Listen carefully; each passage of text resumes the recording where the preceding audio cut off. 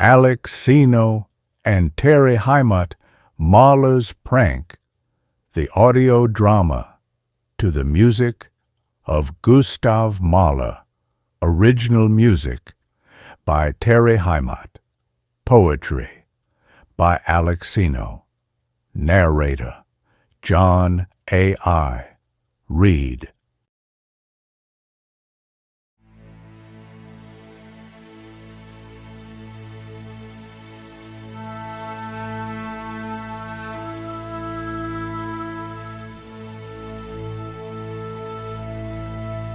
Prank. What does the word prank mean? A joke? A rehearsal of a piece of music? Or is a prank a draw in a difficult life situation?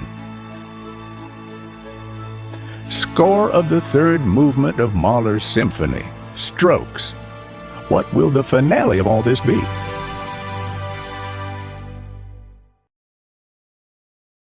Prologue.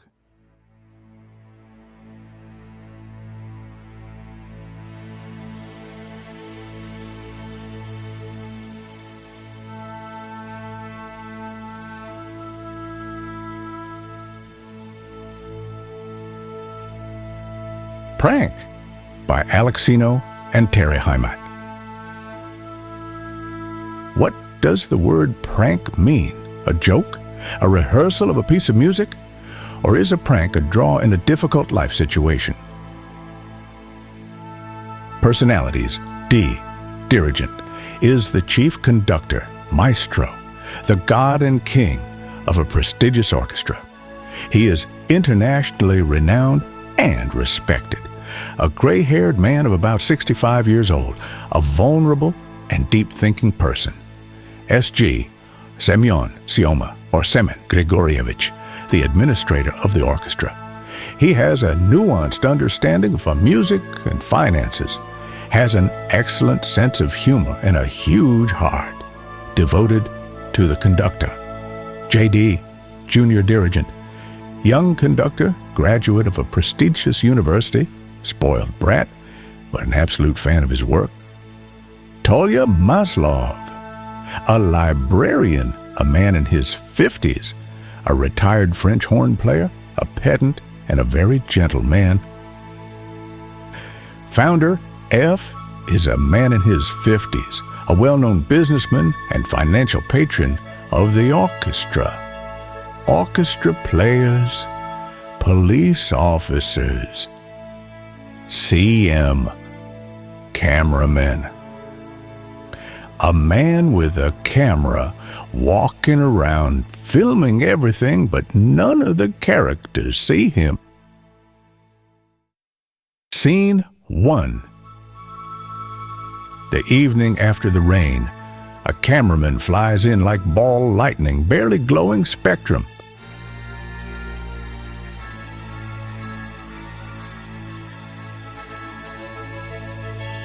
Man with a camera.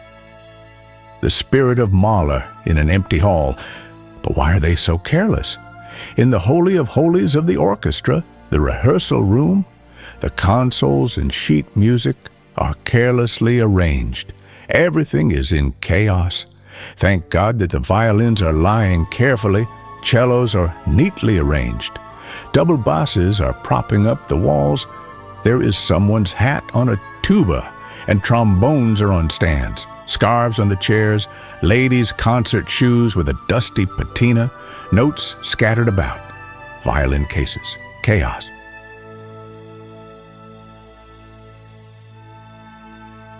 A cameraman jumps onto the conductor's podium, lingers,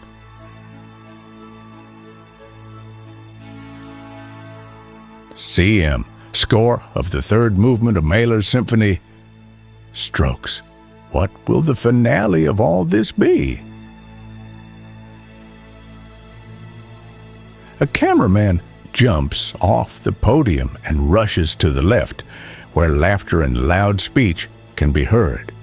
In the hallway, two men argue animatedly and are momentarily silenced as the camera sweeps past them. The camera darts to the right, down the hallway. At a shabby table, intelligent-looking and variously aged women sit, munching on the sandwiches as the camera runs past them.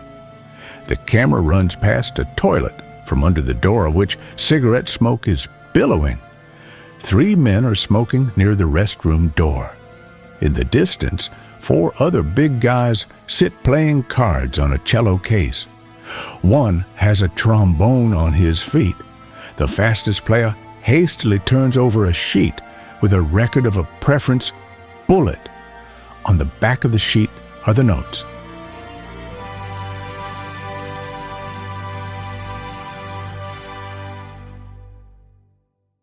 Where's Mahler? SG, I'm here, maestro. Where else would I be? D. Semyon Grigorievich. Will we be able to play a work by your great namesake today? SG. Absolutely. Isn't it my fault that musicians have to exchange news, have a snack, have a cigarette, and do other things here directly in the studio and not at home, where all this can be done for free?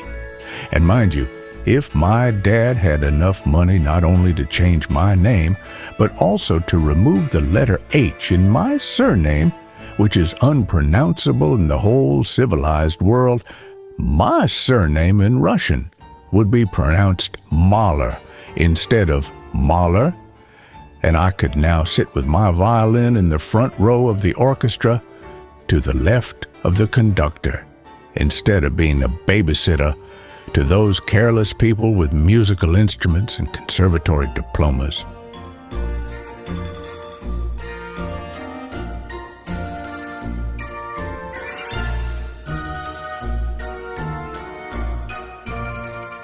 But let's get down to business. Everyone to the rehearsal. Let's play Titan, Mahler's first symphony.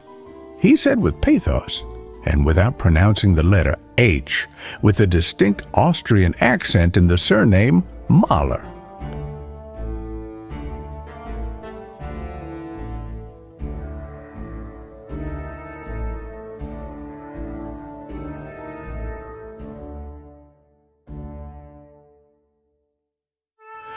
The cacophony of musicians playing out, CM, sounded sweet to Semyon Grigorievich's ear, slowly stretched out like the sound of nature. In the beginning, it was very calm.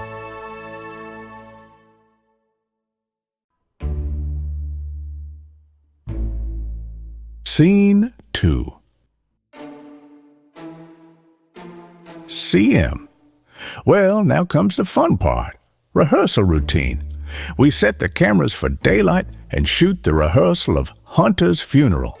And who's that with a disgruntled look, screwing up the pegs and rubbing rosin on the bow? Oh, it's Yuri with his pet contrabass.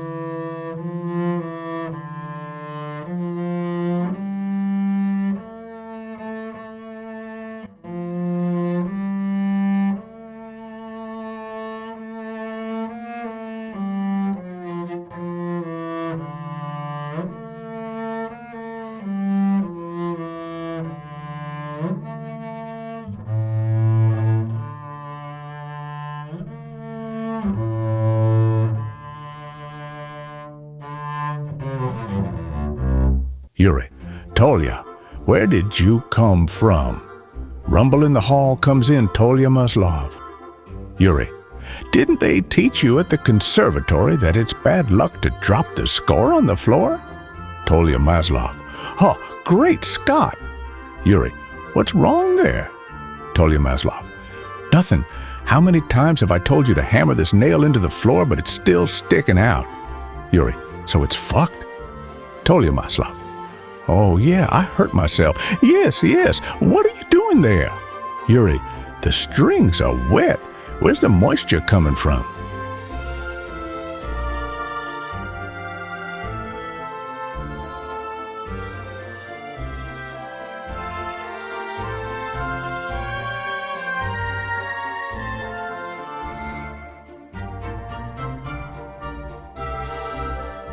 CM. Who is this young man, YM, who showed up to rehearsal in jeans and barefoot sneakers? He doesn't look like an orchestrator, and he doesn't look like a boss. Yuri, we need to measure the humidity. What is it?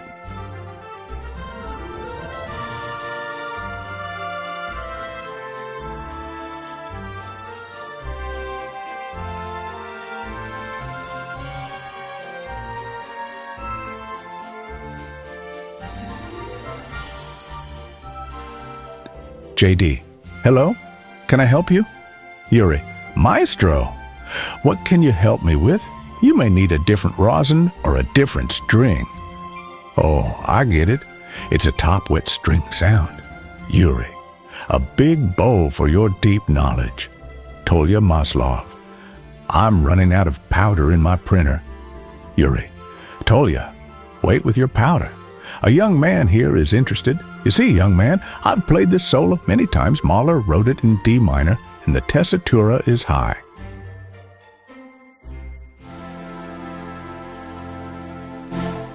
JD, is the wave table a common occurrence? Yuri, the very concept of a wave table can be on any stringed instrument, or it may not be. It is an individual peculiarity of the instrument. There is a certain amplified oscillation on a particular string, and the sound of the instrument acquires a kind of rattling. I had a different sort of wobble in a confined space. On weekends at home, I usually practice in the bathroom so as not to disturb the household. That's where, when you play a scale with open sound, suddenly some individual note sounds louder than others, and with an echo effect. That's how it was on my instrument, but there was no itchy sound. JD, so what happened to you? Yuri, yes, humidity, probably, or a devilish thing. You see, when playing this particular solo, wavelengths are rare. Mahler wrote for this specific register where, as a rule, the sound order is very even. Purely physically, there can't be a wiggle here because the string vibrations are minimal and resonance is reduced to 0. The main thing here is to choose the correct fingering.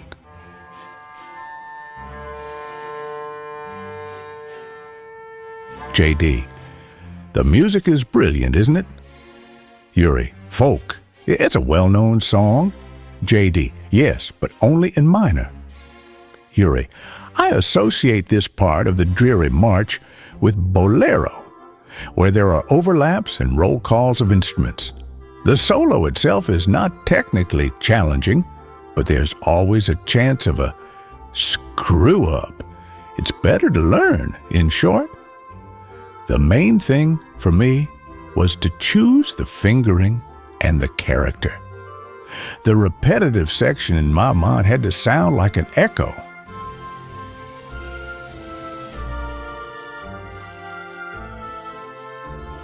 That's why I decided to finger the repeated note phrase on a different string and in a different position.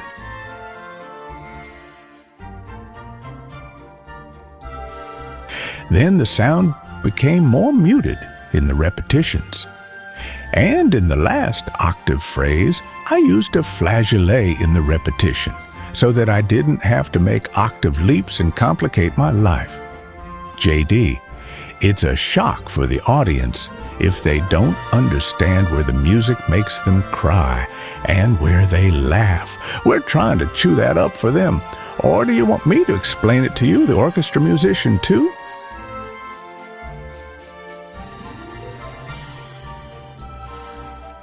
Tolya Maslov, Yuri, here's your part. Yuri, yeah, thanks, Tolya. Tolya and I have played this symphony so many times. Tolya Maslov, oh yes, a lot. JD, in the third movement, you wind up the whole orchestra. Yuri, yes, but not like that. It all depends on the conductor. If he chooses the dreary swamp, then I'll have to play that too. We don't know where the conductor will take us, but we'll have to follow him. JD, that's very interesting. Yeah.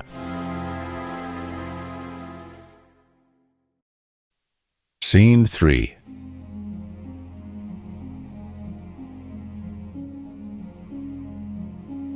J.D. Hunter's Funeral. An interesting engraving by Callow. Which engraving inspired Mahler to compose the third movement of his first symphony, the Callow engraving, or Hoffmann's Fantasia in the manner of Calloway? Or perhaps Mahler was inspired by an engraving by another artist, Moritz von Schwind, The Beasts Bury the Hunter. One does not immediately realize that a fox leads the funeral procession. A hare with a cross and a boar with a shovel follow. 2 deer carry the coffin. The inscription on the ribbon held by the soaring birds, "He is well, we are better," somehow clarifies the situation. But this is ironic, for at the next turn, the procession is met by a completely different ensemble, mocking and unbridled.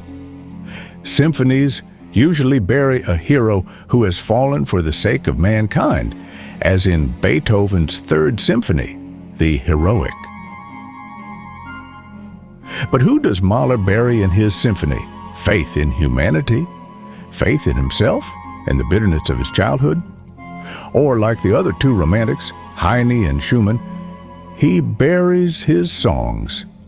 One of them, Blue Eyes, is in the middle section of the march, where he already speaks seriously.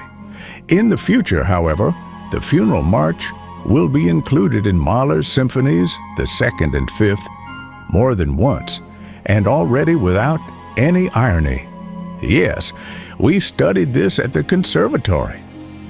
In one of his letters, Mahler wrote that the case with the third movement, Marcia Funèbre, is that he actually received the impetus to create it from outside, from the famous children's picture, The Hunter's Funeral. Mahler defined the mood of this movement as the eerie, ironic, oppressive gloom of a funeral march, the mourning of the beasts for their tyrant, and how terrible that the mourning for tyrants was repeated over and over again, and the beasts never learned anything, or were they afraid to learn? They were scared even of their own memory of the tyrant, and played the role of the saddened and orphaned.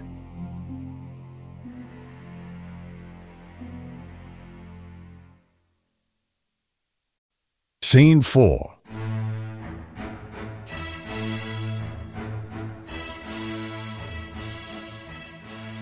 D. What was going on here? Were they practicing? With whom? With the accompanist? S.G. The score is lying on the floor. Nothing sacred. I remember my first orchestra. If notes accidentally fell down, you had to urgently sit with your butt on the sheets and only then pick them up.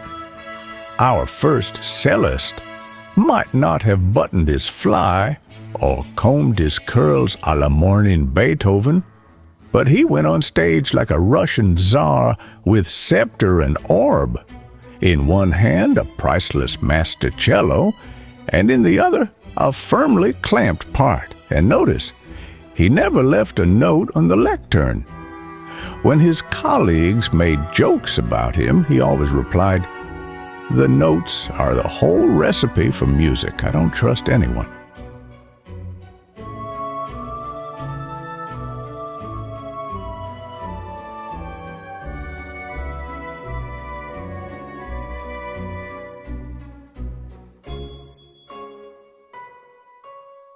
Once, he almost disrupted the orchestra's entrance to the stage. Imagine, as usual, the majestic violins led by the concertmaster emerge from the left backstage, and the uncombed cellist emerges from the right. The audience applauds the orchestra coming out, and suddenly, during the exit, the cellist's notes fall out of his hands. Immediately, without a second, he falls on his ass, holding the cello in front of him as if there were puddles around him, and he was afraid of getting the instrument wet.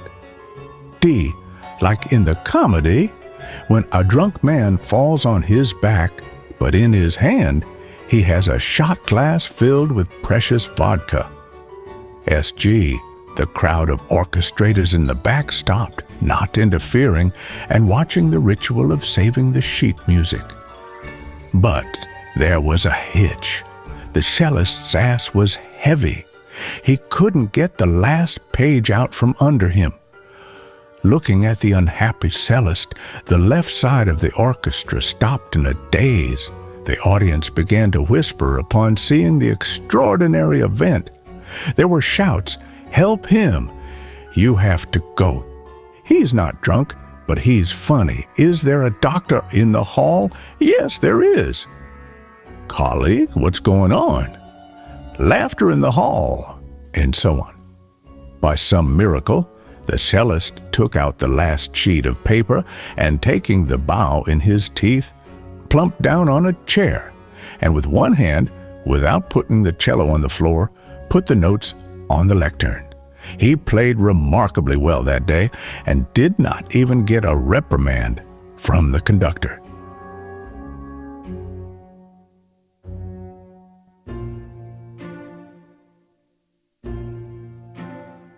D. That's what prescription music does. SG. Not like our cynics. D. Semyon. They don't believe in themselves, which means they don't believe in me, and they don't believe in the piece we're rehearsing. They're playing formally. They're rushing home, digging through their phones at rehearsals. Everything sounds good, but there's no soul. I always tell them you're stars. And stars are made up of chemical elements, and our participation in music is also akin to chemistry. The difference lies in the fact that the same components are used to make a different porridge from day to day. And it is unknown whether the orchestra will play today what yesterday was obvious and the best.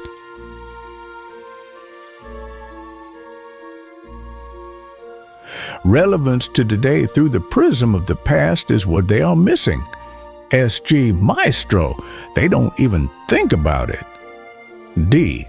That's why we rehearse for hours, to make sure our musical chemistry works. How do you explain to them that the stars go out when there is indifference? This is very important to understand and remember. Each of our musicians is a star with their own unique talent. And dozens of talented stars are no guarantee that they will sound as gifted as they think they sound when they listen to themselves. SG. Maestro, we have been pulling this cart with you and making a mess of raw notes for many years now. And every time you learn a new piece, I, watching the process, hear you breathe your soul into the flat and yellow sheets of sheet musics. Remember, many years ago, we had a fight at a party at your house. I barely restrained myself from being rude to you in public and hid in your office. My wife ran after me. We came back after a while. I calmed down and never quarreled with you again, nor did I prove anything. Do you remember?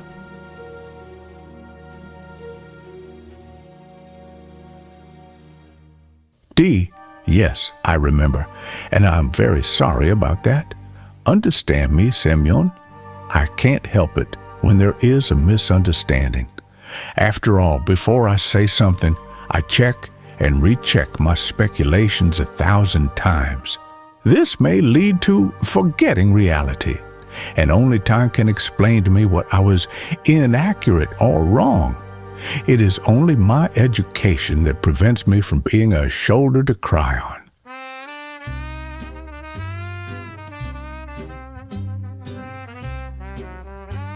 Forgive me for that. It's interesting to recall precisely what happened in my office. SG, On your desk, on the floor, on the nightstands, in general, everywhere, there was a score that you rehearsed with the orchestra. All the sheets were densely written with your remarks, marks, names, associations, references to historical events, some incomprehensible to me, hooks and words in Latin or Italian. All 8 years of my music school came together in one instant, striking me with painful force. "Sema!" my wife shouted. "Look at this! It's all in his head. And you dare to argue with him? He's all metal." And I instantly calmed down. D, made of metal.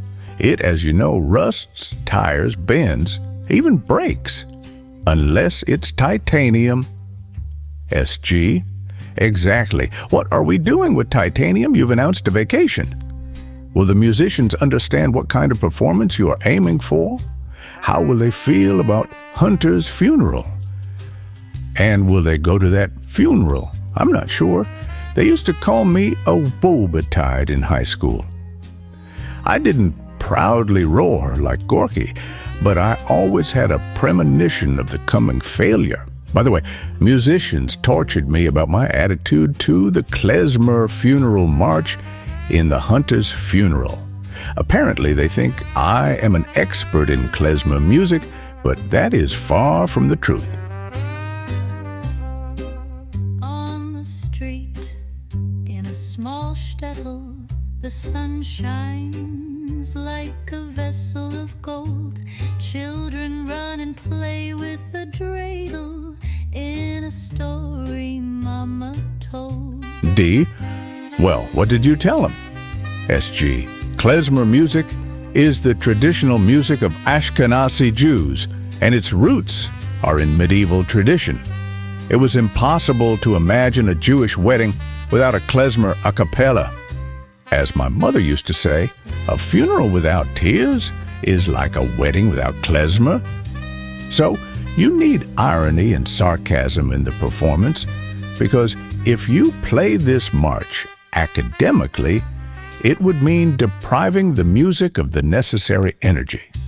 And if you carefully schmaltz the march in a klezmer way, it would nullify the irony and sarcasm that the composer hoped for when he wrote this bizarre part of the symphony.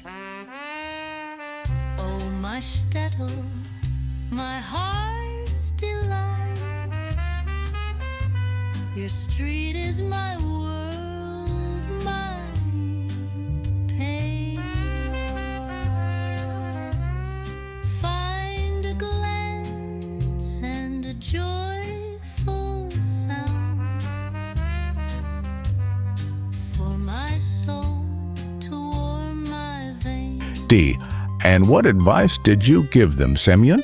SG, I told them that they should play this movement as wedding bands hacks do in a restaurant, cynically, rashly, not quite sober, and not quite accurate, but with soul. Forgive me, maestro, I couldn't resist musical slang. D, it's not scary, Semyon Grigorievich. I've heard more than that, and I fully agree with your remark. Klezmer music, without its inherent irony, loses its soul. It is impossible to withstand it for more than 5 minutes in an inept performance, as well as poorly performed blues, and I'm calmer about prejudices in hindsight than you, although the ghost of the black swan often visits me, especially lately. SG, my mom, when I shared my premonitions with her, called the state smart on the stairs. D, what's that like? SG, it's when you've discussed everything, argued, proved everything, slammed the door, and left, and on the stairs you remembered the most important and convincing word, but you can't go back. The moment is lost. D, exactly. When the tempo and logic of an argument are broken, it's tough to restore normal rhythm, just as in music. And loyalty is such a thing. Semyon, when you've been working together for almost 25 years, as you and I have, There's a false love that sooner or later grabs you by the ass, covering up the notes on the floor and the gaps in your finances. Such a seemingly perfect duo can fall apart over nonsense, the slightest dissonance, jealousy, mistrust, let alone any serious reasons. Oh, my Städtel, mein Herzgefühl, schenkt der Sohn wie Gold in Wein.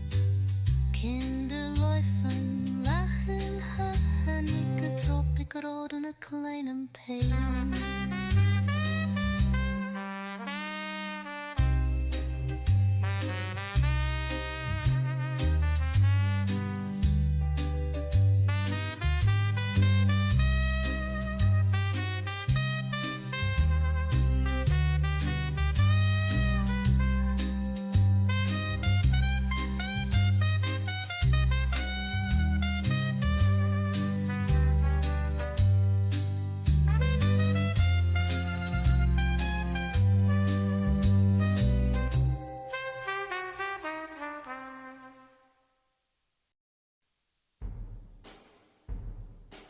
See him. Ugh, I could barely keep up with the mysterious young man. He rushed his expensive car to the center, where street musicians play Dixieland. So, our young man walks up to the musicians, takes the trumpet from the lead singer, puts his mouthpiece in, stands up and plays.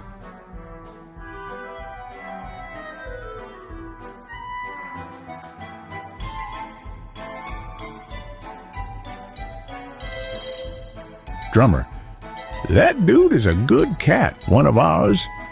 Tubist: he reeks of conservatory like beer from you. From a distance. It's just a dalliance for him. He's not a pin setter, though he poured from the heart.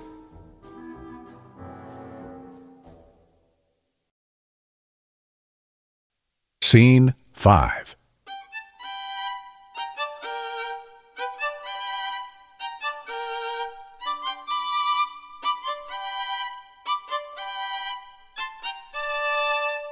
C.M.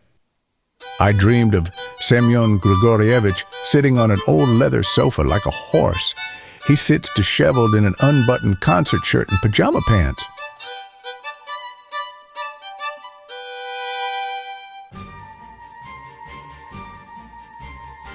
Or, in a dream, Syoma, don't play soccer with Russian boys in the yard. They have iron legs. Learn Paganini's Caprice on the violin. She'll feed you later. Why does your Syoma play the violin? Is he oistrakh? He studies in a dilapidated city institution with an illiterate teacher, not in a school named after Solomon Stolyarsky. He'd be better off playing soccer. He'd be more useful. You don't know our Sema. He's capable.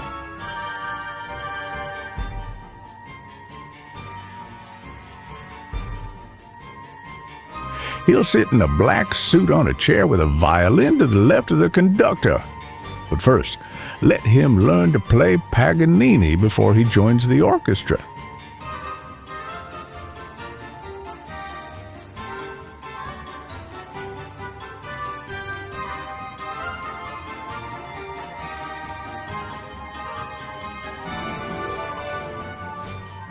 I know your Sema. He's lazy. He doesn't learn notes and plays everything by ear. I can hear. I'm not without a musical education myself. You have to use your ass, and he's got needles in it. I'd rather he played guitar. Bang on the strings and a million. He'll jump on stage and drive off in a car he's earned.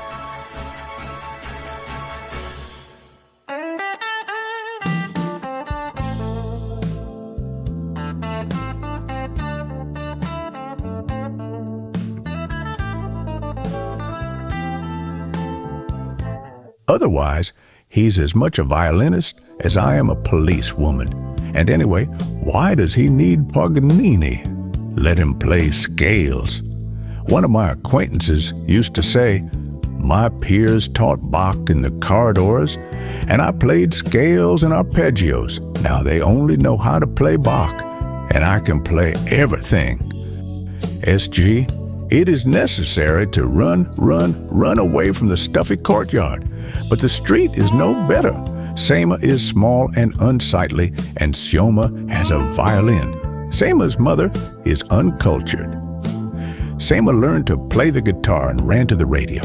And then, bang, a slap. Get out, Semyon. Here's my song, which I composed and put on a record. Are you a composer? Bam. Get out, Semyon.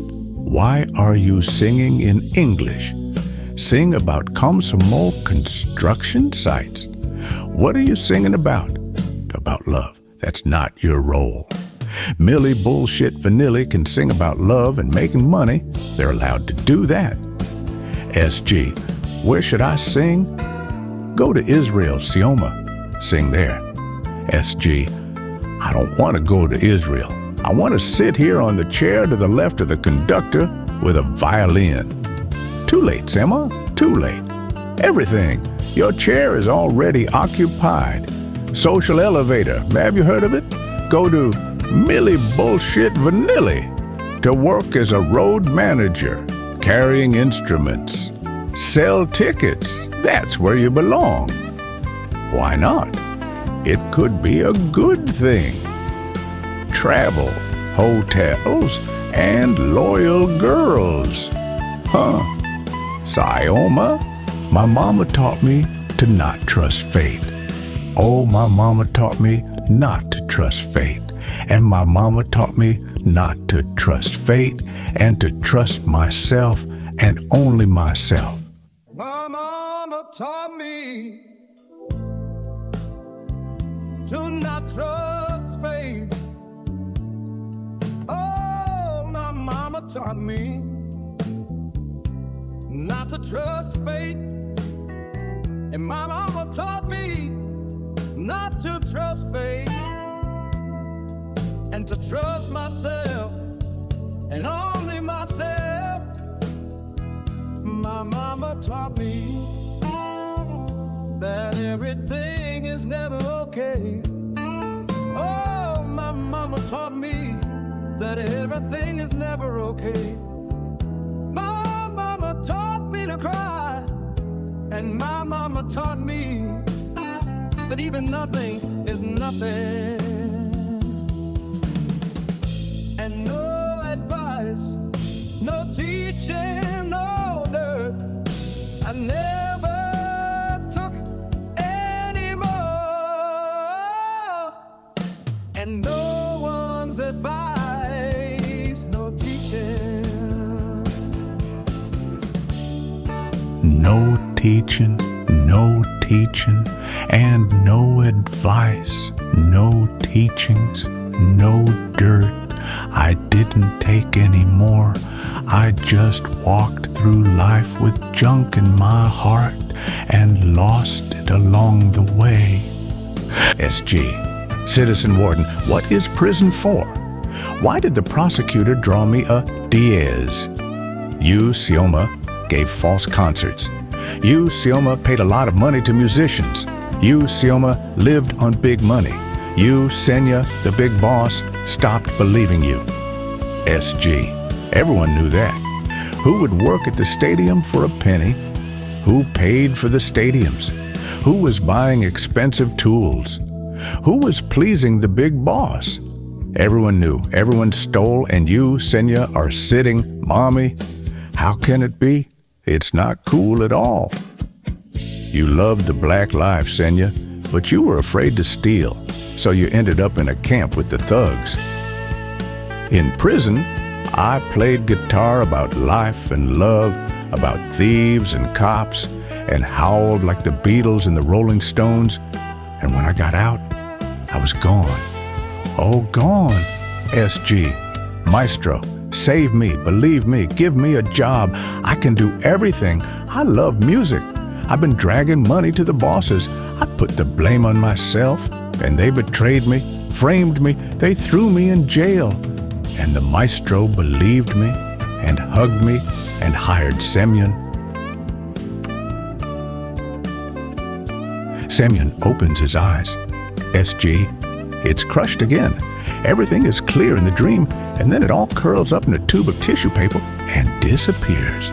What was the main word in the dream? I remember. Trust me. Maestro, believe me. I've got it all figured out. I know what to do. And no one's advice, no teaching, no dirt. I didn't take any more. I just walked through life with junk in my heart and lost it along the way.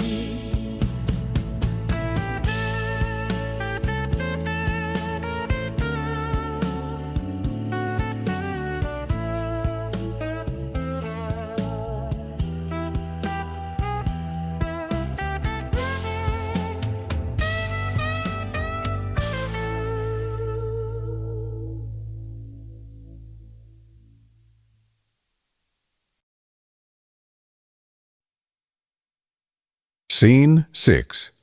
Voice of CM, scherzo, energetic and lively, but not too fast.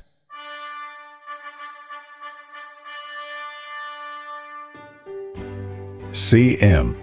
I barely had time to wake up and immediately go to the office, Semyon Grigorievich, so as not to miss his conversation with musicians. SG. Well, surely these assholes must be late by 20 minutes. Everyone has essential things to do. Only I, in their opinion, can do 8 things at the same time. And wait. Tolya Maslov, Semyon Grigorievich, you're just like Caius Julius Caesar. SG. Tolya, what are you talking about? Violinist. Oh, Semyon Grigorievich, I can hear you. SG. Hello? Ah, you're in the dorm. Well, that's great. I'd like to call a break in rehearsals. The maestro needs a break from you. That is, he has an important business trip.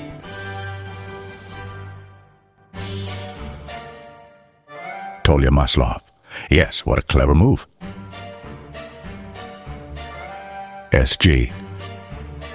Play with the concert masters. Do your work and rehearse, and tell them not to drink no left concerts, and all stay in the dormitory. Is that clear? Violinist. And how do you know what happened? SG. And what happened? Violinist. Help, Semyon Grigorievich. I need to talk to the conductor. I have to explain everything to him. Don't believe the rumors. SG. Tolya, do you know what he's talking about? Tolya Maslov. I'm a grave. Violinist. It was Olena's idea. She, you see, couldn't sit around on vacation. She, needed to sing all the time and train her diaphragm. So Olya arranged to perform just 2 times in Austria with a small local orchestra. Okay, your wife is, a singer of some sort. Still, it's better to sing opera arias than to stay at home. Isn't she? What's it got to do with you? That's just it. This orchestra had a miniature violin concerto in the program, and they needed a soloist. SG.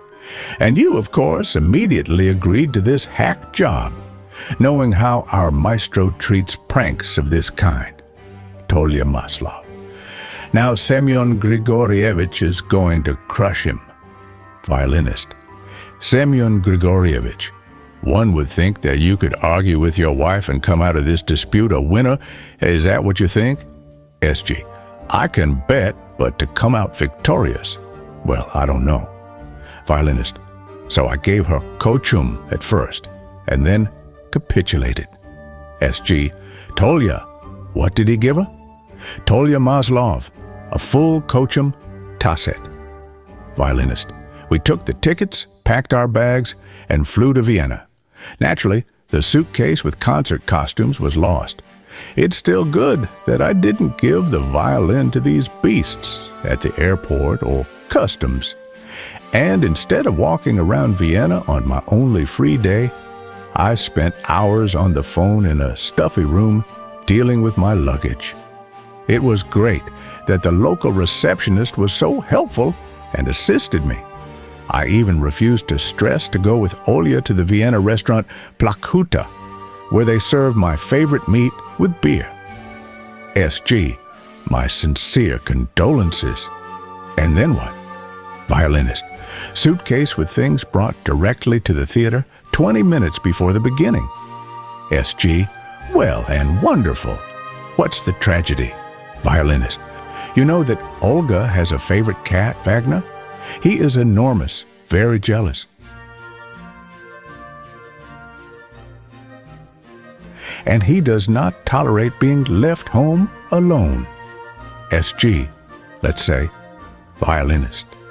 So, while we were packing for the trip, the cat, out of anger that we were leaving, pissed in the suitcase with Ollie's concert dress and my trench coat. When we opened the bag, tears spurted from my eyes. There was no time left. We couldn't even iron the things, let alone dry clean them or buy new ones. We had to put on pissed and wrinkled clothes and go on stage. We even caught a whiff of something with suffering, and it didn't seem so terrible. My entrance was the first. I strutted briskly onto the stage and bowed to the audience. The conductor bowed toward me, drew in air loudly through his nostrils, his eyes bloodshot, and he sneezed loudly. I began to play. The conductor was controlling the orchestra with his right hand, and his left hand was energetically indicating to me that I should move away from him. I carefully moved my chair about half a meter away from the conductor. As I continued to play, I noticed that the musicians were also slowly moving away from me. The elderly ladies in the front row began to blink frequently and wave their programs, which served as fans during these poignant moments of the concert. The capital of culture, after all. The chairs creaked. A man's head appeared from the prompter's booth and instantly disappeared. The illuminators left their posts and burst into hysterical laughter in the back of the box. Finally, I finished playing. The conductor took a deep breath and, without looking at me, pointed to my place in the row of violins. I turned around. All the musicians were sitting at the back of the stage. Behind the conductor stood a lone, empty chair.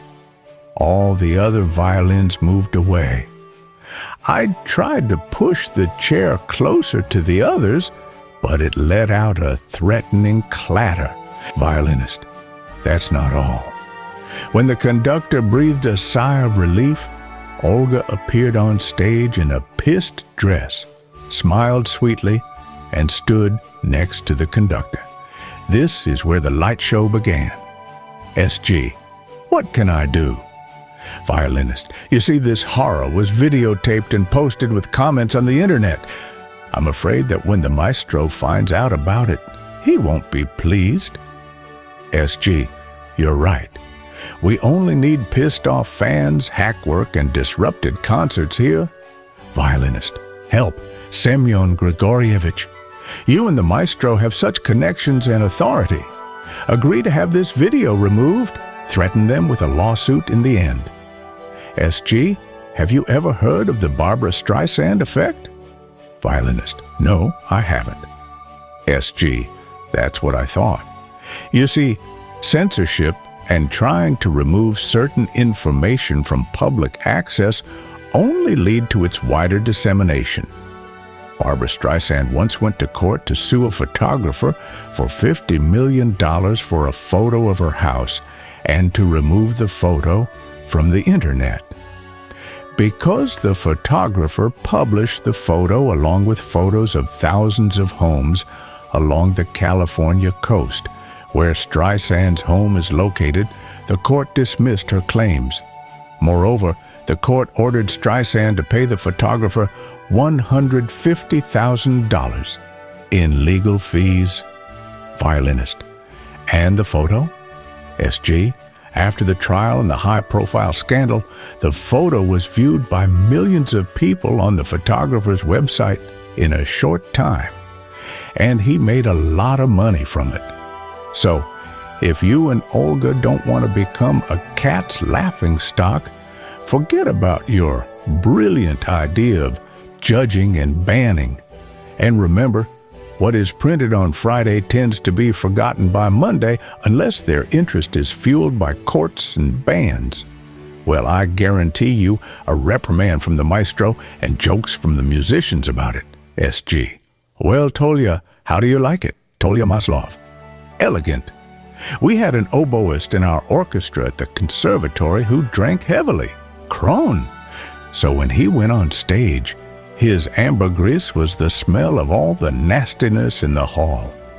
We could easily determine what he was drinking. If mosquitoes were flying, it meant he was drinking wine.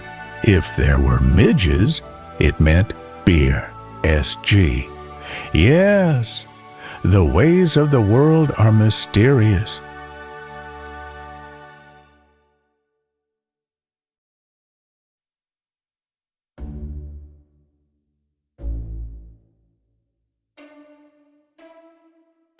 Scene 7.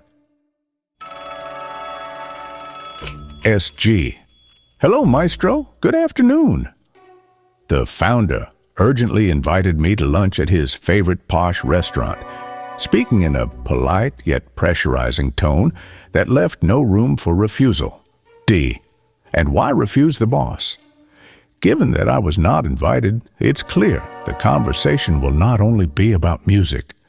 Don't worry and be yourself. You're good at that sometimes. In the restaurant.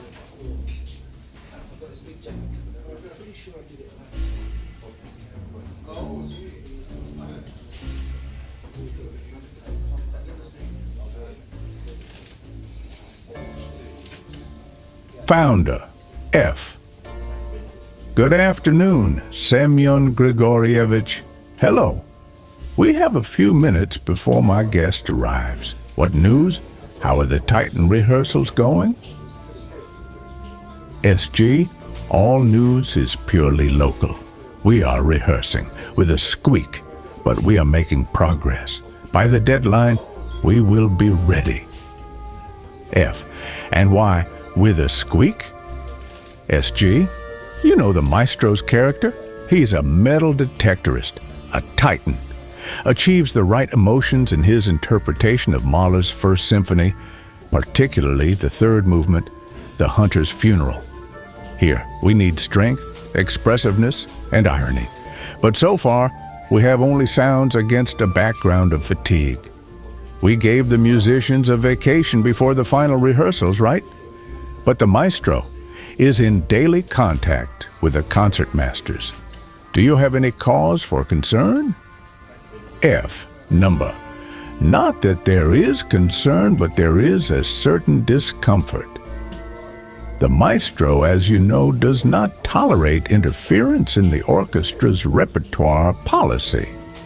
The premiere of Titan has been announced, but I don't see any audience excitement.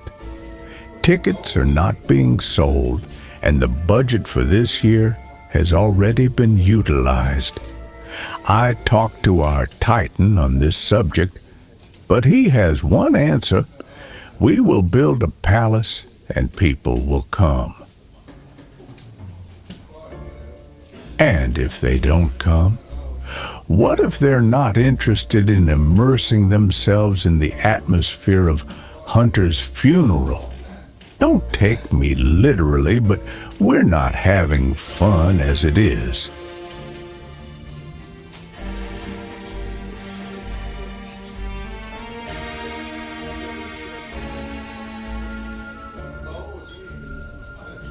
SG, the maestro respects my opinion, but I never discuss the creative side of the orchestra's work without him.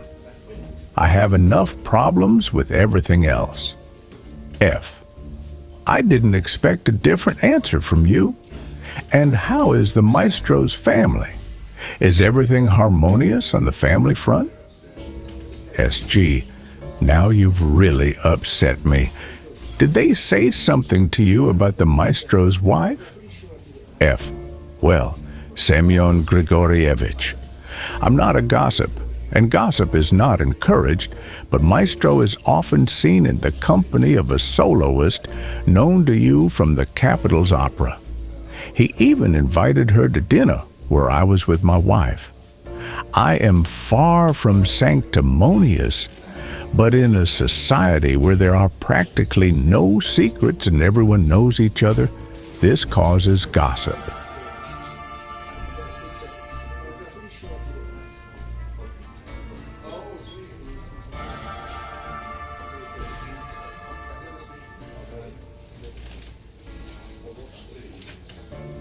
And now imagine if the theater where this prima sings were to poach our maestro.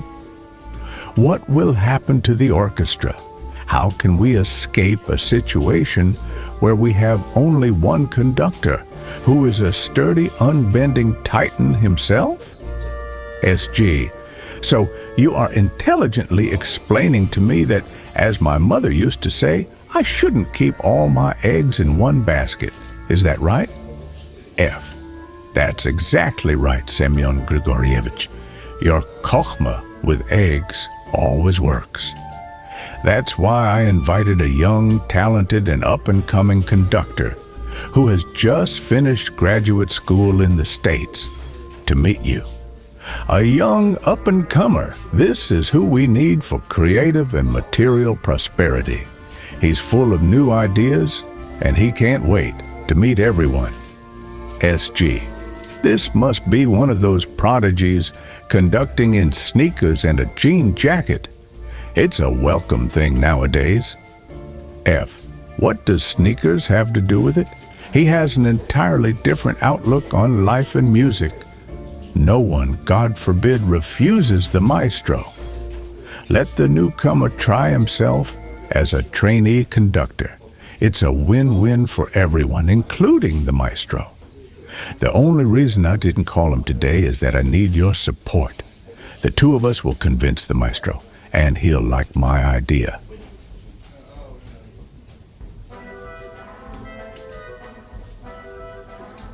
Here comes our guest, SG.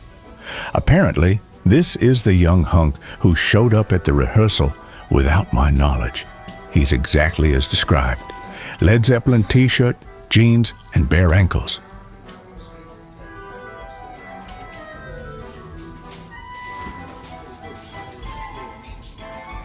JD.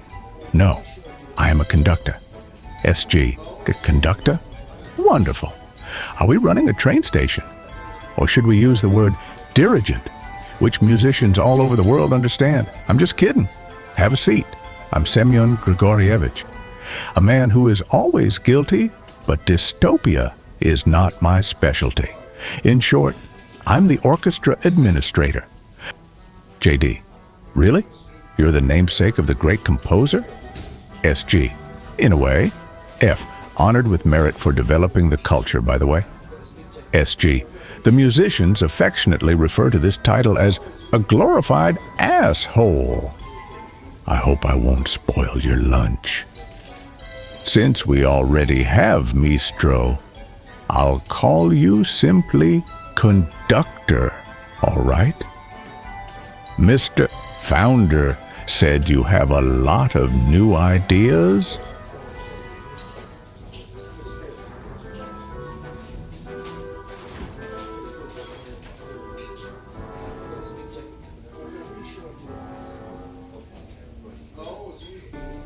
JD.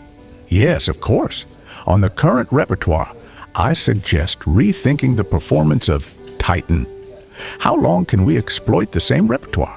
Why do young people need Hunter's Funeral to open with the light-hearted tune, artichokes, artichokes, and almonds, and almonds, and almonds? And by the way, why did the animals come to the funeral of the hunter? Isn't he their tormentor?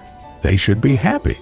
It is possible, of course, to learn and perform everything according to the canons. But how to attract an audience to a concert? Those who love Mahler will come anyway. But these people are becoming fewer and fewer. and how to attract young people. SG, about the beasts at the torturer's funeral. One could argue, what if that's the author's sarcasm?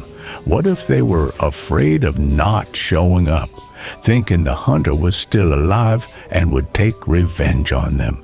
And what if it inflates the animal's self-esteem?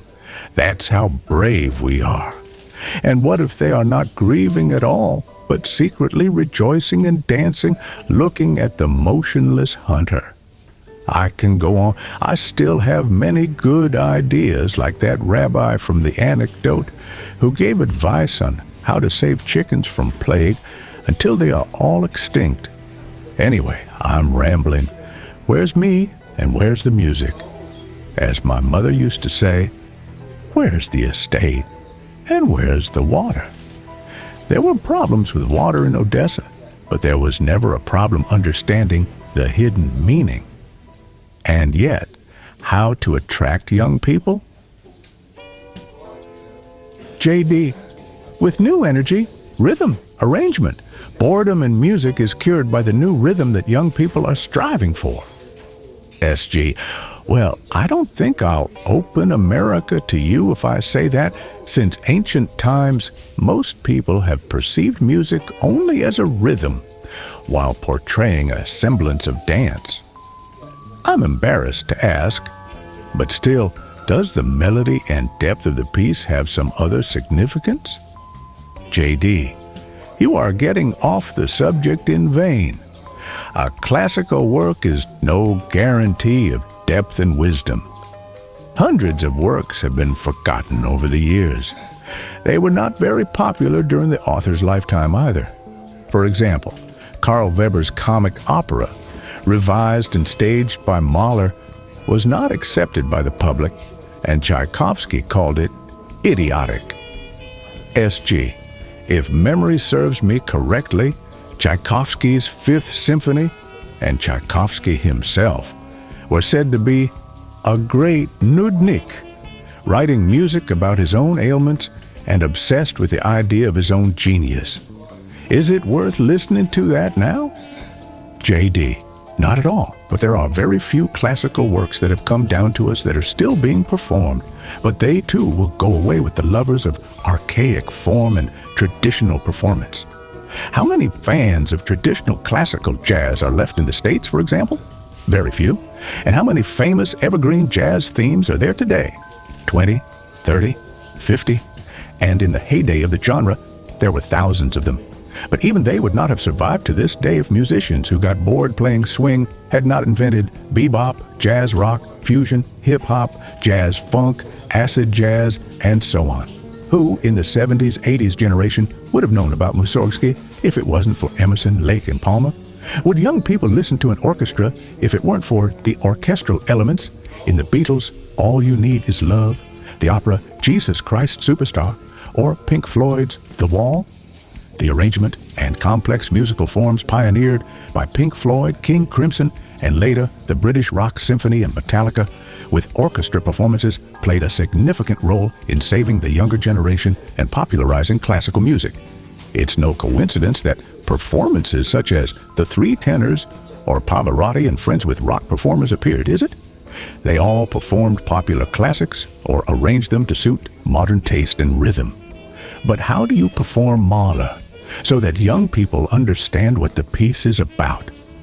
SG, we should educate young people to have a taste for hip-hop instead of dragging them to hip-hop right away.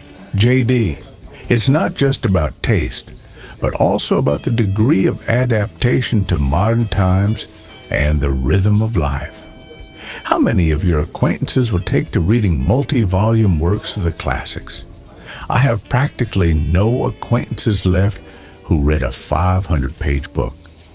Now everything is interactive, fast, and largely adapted to the modern rhythm. My first exposure to opera was in first grade. We were built and brought to listen to Prince Igor in a provincial theater. And there, prologue, 4 acts, 3 breaks, in general, almost 4 hours of pleasure with chanting, ballet, and dancing. It is challenging music for children. Lots of people on stage, bustle. In the wrong lighting, the slightest jumps from the stage were dust clouds. Yaroslavna weighed about 120 kilograms and sang in bass. All this made us laugh wildly. The teachers were ready to tear us to shreds. I barely made it to the end of the opera. This visit gave my classmates a strong immunity to classical art and, moreover, an immunity for many years. I'm not talking about a vulgar popularization of the classics. My method is to bring the performance of classical works as close as possible to the rhythm and interest of today, but we certainly must not pander to public tastes. Our task is to cultivate a new audience with a new style based on the timeless. And I'm not only talking about the youth. My goal is for, say, your mother, who wouldn't usually choose to attend a symphony concert, to come with you and, having listened to our orchestra, enjoy it and want to go again. By the way, what kind of music does your mother like? SG. My mom loves gefilte fish and respects good music. This category includes opera, songs, and pop music without any visible classification. She feels what good music is and what is just playing around with notes. Everyone has this inner sense. After all, censors have always understood what kind of music to ban. They know what sparks your thoughts and what merely entertains. I am a fan of the Beatles, Pink Floyd, and Led Zeppelin. But beyond their music, there are many pleasant pieces for the ear. My musicians have changed over the years of our work. Their tastes have evolved, as has their behavior. I often observe young rebels fresh out of conservatory, wearing sneakers and jeans, starting a fight for popular music, and later they seamlessly adapt to performing classical music and tales. I know Austrian culture from personal experience. All my ancestors are from there. Many of them perished there. As children, we cry from the cruelty of our parents. Still, when we grow up, we fervently demand from them the fulfillment of the essential conventions for us. And we only cry at night, regretting our childhood when we were small and powerless. JD, so are you saying that over the years they will get used to the tales? SG, undoubtedly. As my namesake Mahler loved to repeat, you can't expect a chestnut to bear oranges. JD, but do they believe in your tales? Or do they adapt like the beasts in the hunter's funeral, trying not to stir conflict and not lose a good job? No one listens to just one group, one composer, or one direction in music. That gets boring quickly. Except for 3 or 4 composers who can always be listened to, people crave something new. Understand, a repertoire of 10 musical pieces won't last long. It's boring. SG, our musicians believe their eyes and feelings. When the maestro or any guest conductor steps onto the podium, they know exactly who is standing before them and how they will sound. JD, just like the conductor, who can command the orchestra. He knows what he wants to achieve and how the orchestra will sound even before the stick is raised, when suddenly a sound miraculously appears as if out of nowhere. F, colleagues, calm down, calm down. Unfortunately, I have to run. Semyon Grigorievich, please talk to the maestro and let him know that I have invited a conducting intern to the orchestra. I sincerely hope he won't have any questions. In any case, I'll call him. But you, Semyon Grigorievich, please try to politely convince him of my decision. Since the orchestra is on vacation, I hope that the maestro will rest as well. During his absence, please introduce the musicians to the new conducting intern, who will continue the rehearsals of The Hunter's Funeral in a new interpretation. Upon the maestro's return, we will hold a final rehearsal and jointly decide the fate of Titan. I hope my position is apparent. See you.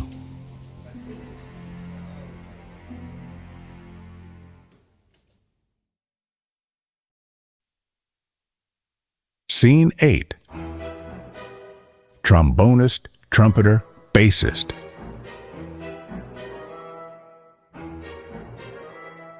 Trumpeter, do you even understand what's happening? Titan and Sioma are both unhappy with us. We've been locked in the dorm. I know that the audience needs someone who oversees the entire process and keeps us informed. That's how it's done. That's how it's effective. But what does the conductor give us, and why, for example, in rock and jazz bands, which play the most complex music, the role of the leader and conductor is filled by the bass guitar while we have the god of rhythm? Is he just sitting in the kitchen of the dorm making borscht? Bassist, don't get me started. This dorm is driving me crazy. It's so dull. You can't play for fun or drink properly. Just think about it. And Seaman is already here enforcing his discipline. My old man, may he rest in peace, never tormented me like this. Trombonist, wasn't he also a double bassist? Bassist, you bet. Everyone knew him. Papa Leopold was a concert master and a meritorious artist, a double bassist par excellence. He performed at the opera in the capital city. He taught me the craft. He didn't respect the violin, and he accidentally drank away my signature electric guitar.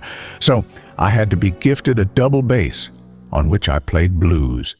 My mom worked at the restaurant. She would go abroad on passenger ships, while my dad and I, after she left, would play music, drink good whiskey, and sell anything from mohair yarn to fashionable jeans or sunglasses. Trombonist, exactly how it was. The jeans were taken like hotcakes. Bassist, in general, it was everything my mom brought back from abroad. At a time when you could get jailed for green, foreign currency, we were legally making purchases in foreign currency stores. Now that was romance. My dad and I shared a dream, a Panasonic stereo system that all music lovers could enjoy. It was an excellent analog system, not the cheap Chinese Panasonic they make today. A rack with a turntable, amplifier, equalizer, reel-to-reel tape recorder, dual cassette deck, and 4 speakers. It was a gem, not just a thing. It could write, copy, rewind, and play back, and sounded divine. 2 speeds, 33 and 45, a tuner that picked up all frequencies and stations. That was a big deal back in the day. It had a built-in antenna. You get the picture. We had just one problem. Papa Leopold was a heavy drinker. He sold our combine, drank away the money, and slipped into a stupor. He drank it all up and switched to my mom's French cologne, and he offered it to me.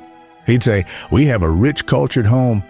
Drink if you want, or douse yourself if you prefer." And then disaster struck. The thing is, Dad would send me to work instead of him when he was drunk, trembling hands and all. Well, if it was some side gig, I was happy to do it. I'd quickly play and we'd split the money. Everyone was already used to me. I'm tall, just like my dad. We have 2-meter-tall genes. According to my passport, I'm George Leopoldovich. My old man was Leopold Kazimirovich. You'd think it's a tongue twister to remember. So, to simplify things, everyone started calling me Leopold, just like the cat from a popular cartoon. But it was already a bit embarrassing when my dad sent me in his place to the opera. The conductor there was a different kind, but he was quite the sadist. Although, thank God, he couldn't see well. My dad sent me to play in The Tsar's Bride. And there, 4 acts, 3 hours and 15 minutes of relentless playing, and the sheet music, endless. My eyes were swimming. I was playing the bride after a sleepless night, ignoring the screeching of the strings and the clergy with their trumpets. Still, I was gradually going blind from fatigue. And then it was already the 4th act. They were getting ready for a wedding. Everything was so beautiful. Apparently, the director had seriously worked on the geography with the artists. Marfa was settled in the royal chambers, and suddenly she felt ill. She had been poisoned, and I was feeling bad after yesterday too, and I lost it. I caught a chill and started improvising off-key. I saw the conductor staring at me and waving specifically at me. He waved his arm so aggressively that he accidentally sent a deaf-mute fireman backstage to hell. When the curtain fell, the director rushed up to me in the pit and whispered that I should take my double bass and leave while the conductor hadn't packed me in a case. Without thinking, I grabbed my wardrobe under my arm and ran. I was dismissed in disgrace, but realistically, it wasn't me who got fired. It was Leopold Kazimirovich, my old man. Do you understand? Trombonist. How did your dad take the news? Bassist. We had a bit of a fight, and I left home. Since then, I've been drifting between dorms and eating dry food. He almost lost his title and went into a tailspin, but that was only for a short time. Trumpeter. And what about your mom? Bassist. She got fed up with all of it and married the chief mechanic she worked with on the ship. When the shipping company went under, they came ashore and stayed to live in Germany. Trombonist. That's a sad story. I remember living for a while in a circus dorm.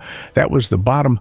Everything was covered in posters and props from the dorm's 120-year existence. I couldn't tell if I was encountering characters or real people in the kitchen.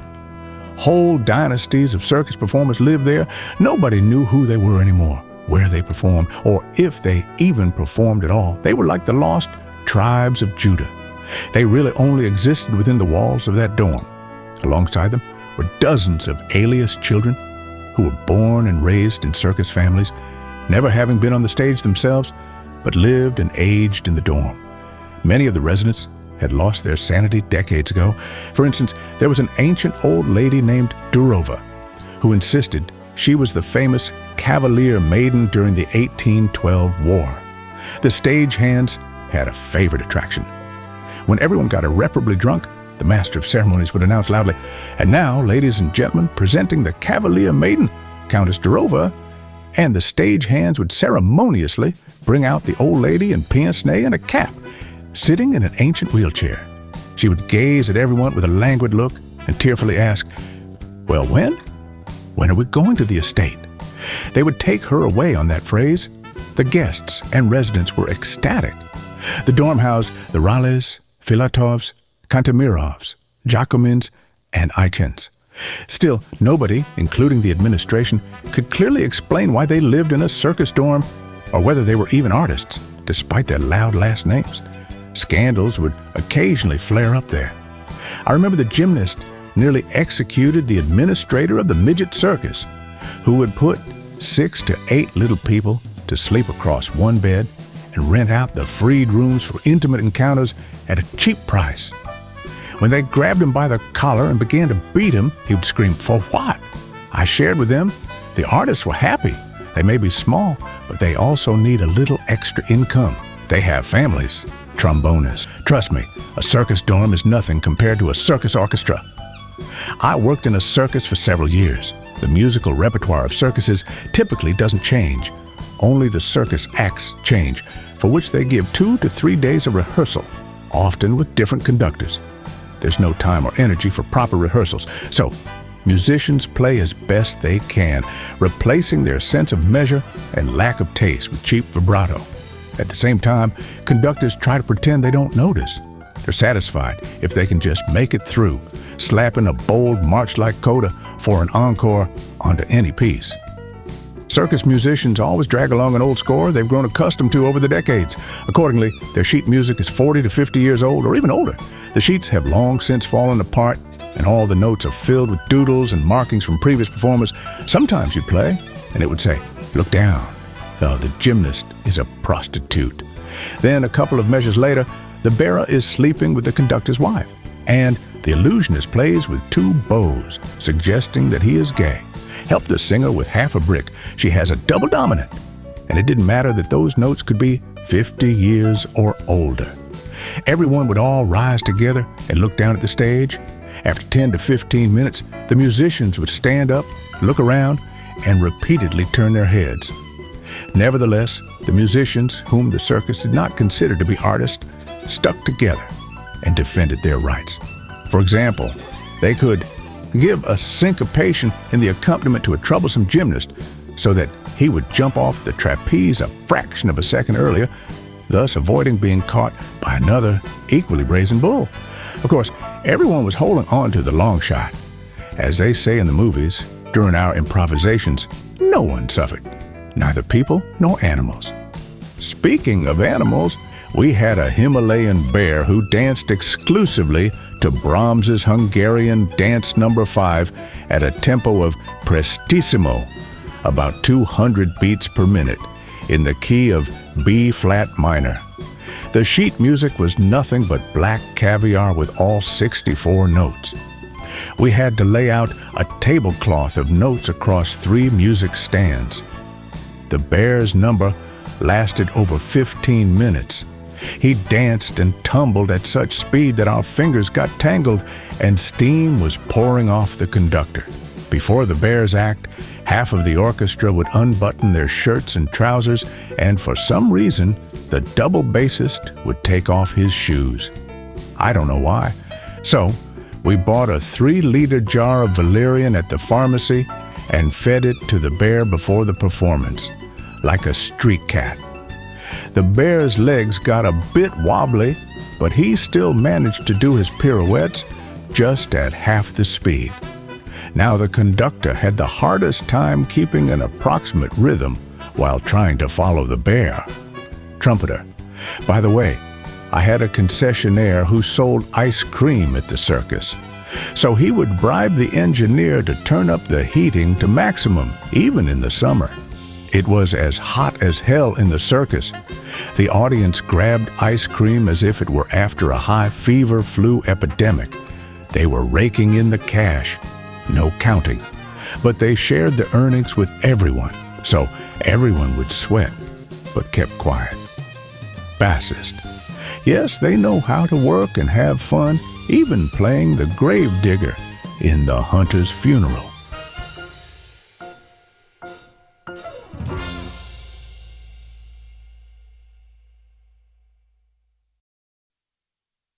Scene 9.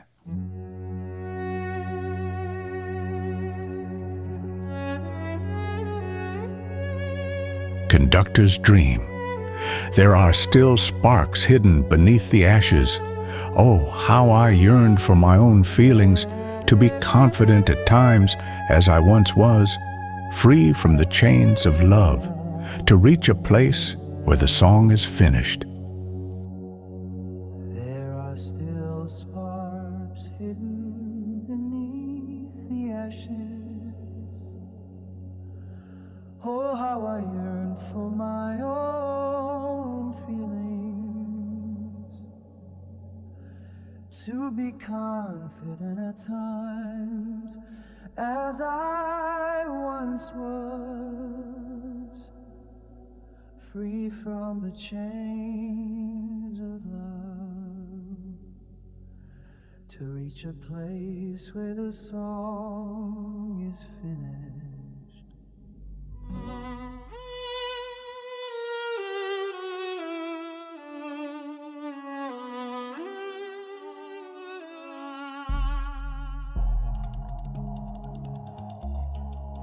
D.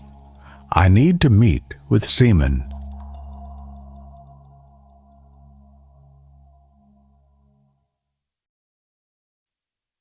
Scene 10. D. Seaman, thank you for the detailed account of your meeting with the founder and the young conductor. I imagined it pretty much like this: fear for the box office. The motto, give way to young talent. But in reality, a misunderstanding of the depth of Titan and irritation with my unyielding character. SG. Maestro, why didn't the young conductor reach out to you directly if he wanted to work with you? D. Seaman, it's a kind of clan ethics. Conductors never openly seek work and try not to humiliate themselves with requests. They usually accept an invitation to take up the post. They also do not resign or break contracts. They leave their position for a valid reason or due to personal circumstances. SG. I understand. Excuse my curiosity, but Is the story about the opera diva true? And I apologize for my candor, but is this not preparation for your departure due to family circumstances? D. There's an element of truth in that, Seaman. My wife and I have lived together for so many years that we've completely gotten used to each other. Judging by the fact that she once threw that singer out of the house in a scandal, she knows everything. But she doesn't understand the essence of what's happening. She doesn't realize that I won't agree to a quiet retirement and a life without music. And she blames me for everything. She once told me, "I never learned to live with a genius." Can't you stop and live like regular people? Can you imagine, Seaman, living like regular people, spending money, going to the river, and building a summer house? For me, that prospect is akin to death. My wife doesn't understand that conducting is like love. It requires spontaneity, feelings, courage, and imagination. And routine destroys everything, both art and love. But I can't betray the family I'm attached to. So I live like this. SG. The founder once asked me, what from the classics is necessary to listen to at least once in a lifetime? I answered, your parents.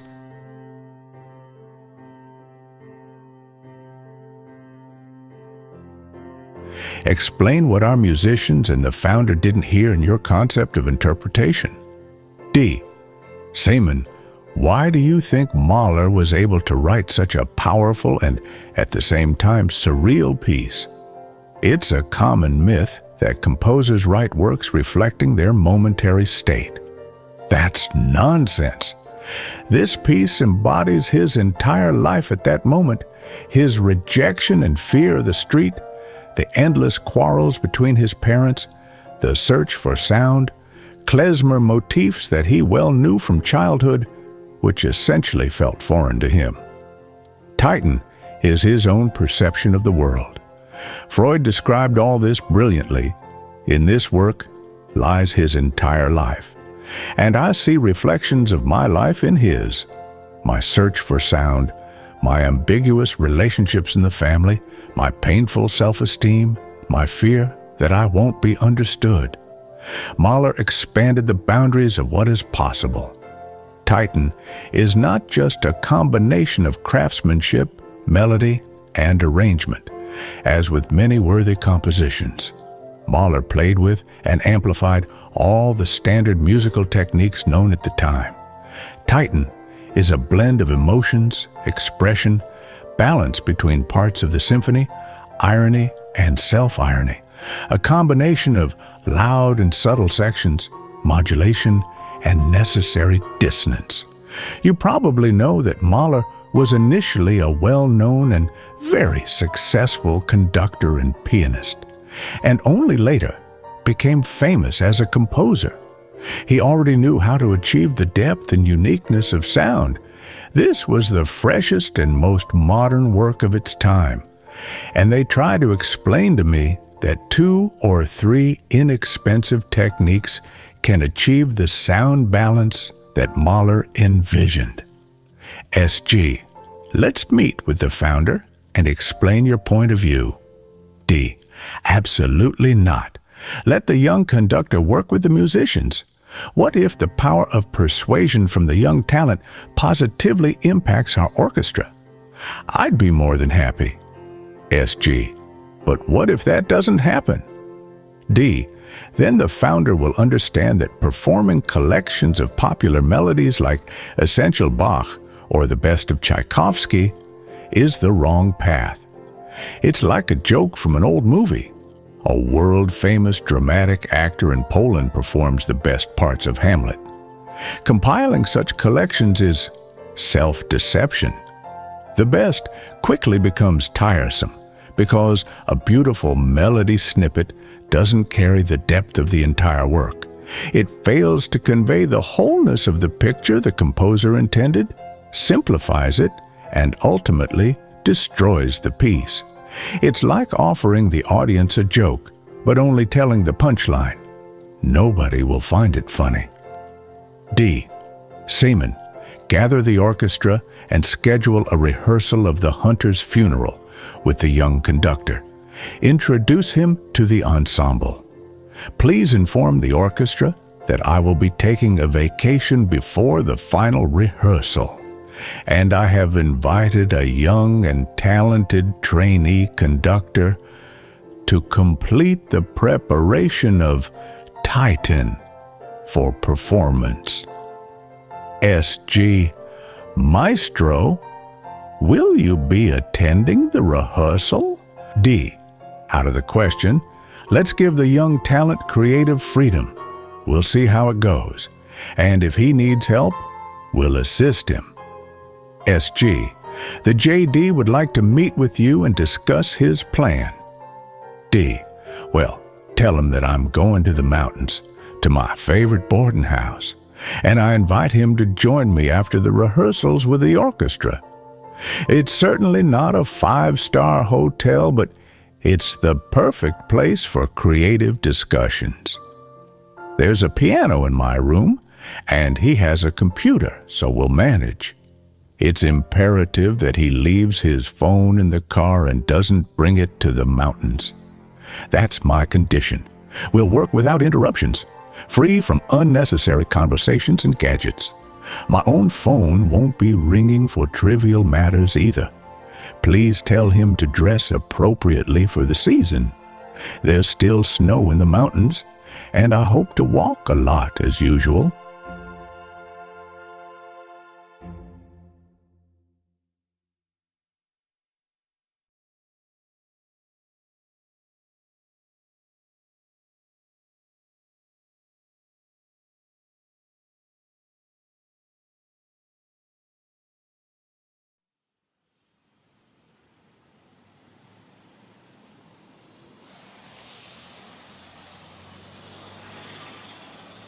Scene 11.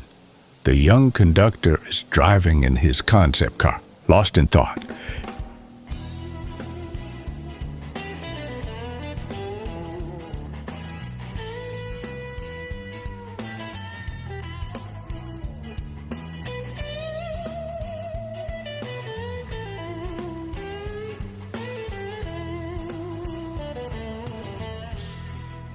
J.D. Maestro, you studied under my maternal grandfather. Maestro, do you remember him, the aristocrat with the long German surname? He taught you even as a very old man. But you loved him. It was said that his generation might be the last. I'm not like you, Maestro. I'm the son of an extravagant millionaire, an aristocrat with a lot of money and a good upbringing. From childhood, I got used to having everything, knowing how to do everything, and achieving everything. Want to play? Go ahead.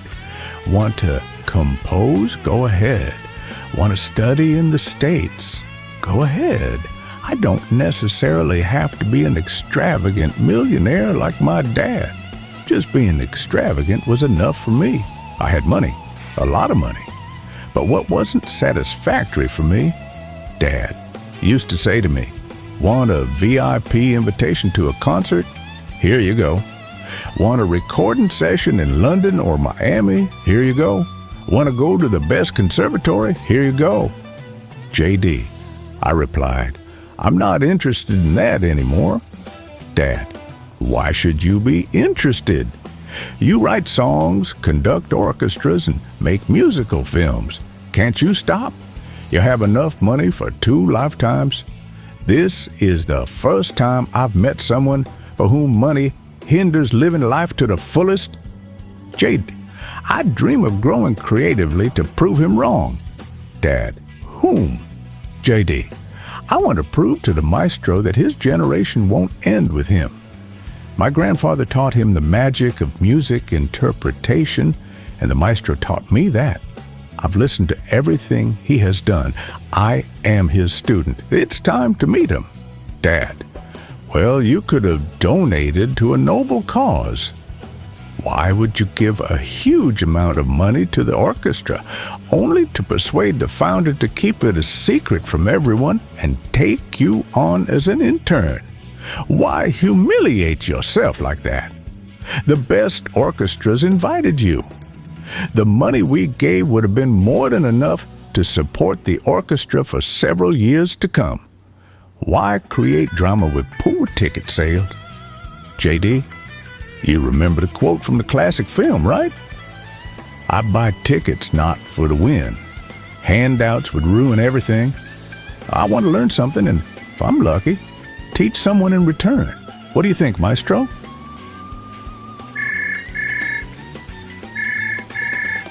JD, hello. I'm listening, Maestro. Oh, it's you, Semen Grigorievich. When is the meeting? I'll definitely come.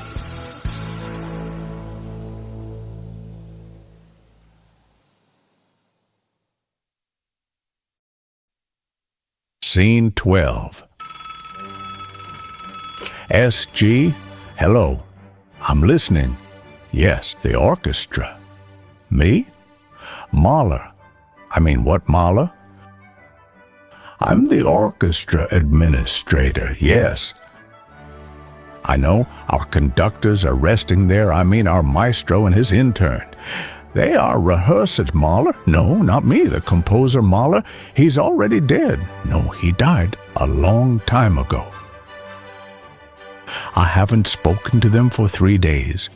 Phones don't work there. It's the mountains, sir. Why are you asking? What? How did this happen? When? I will find out right now. My God, I will call the concertmaster right now. SG, hello? Violinist, hello, Semen Grigorievich. What's wrong with your voice? What happened? SG, when did you last see the maestro? Violinist, about a week ago. SG, didn't he call you about the rehearsal? Violinist, he never calls me from the boarding house. He doesn't like it when people call him.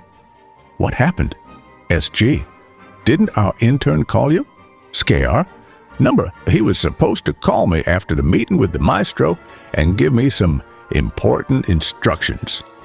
What's going on? SG, I just got a call from the police. They reported that a guest had fallen off a mountain into a ravine. Since the guests left the day before and the rescuers haven't found the body yet, they are calling everyone. Violinist, why did they call you? SG, I reserved the boarding house for the maestro and they have my phone number, so they called me. Please ask our people if anyone has spoken with them. Just don't add any colorful details. I'll call the maestro's wife and the founder. Violinist, well, we sure rehearsed the funeral. I told the maestro it was a bad idea. Our musicians were scaring each other, saying it was bad luck. But the maestro didn't believe it. And now the tragedy has happened. SG, what are you talking about? May your powerful Russian tongue be cursed. Don't babble nonsense. I'm barely holding it together to not cry. Scene 13. CM. Well, at least they've finally let us shoot at the resort after ages. It's wonderful here in the mountains, although the weather is getting worse. Not the best time for landscape shots of a mountain resort. There's a snowstorm. D.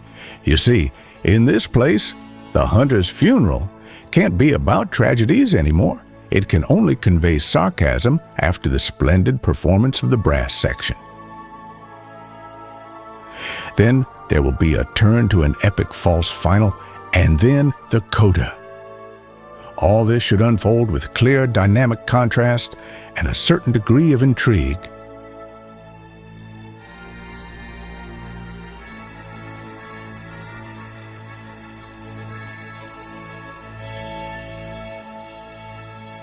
JD, the snowstorm is starting. That's not a good sign. D, don't get distracted. We're safe. JD, still, I'll go take a look. D, all right, I'll go with you. Let's continue outside.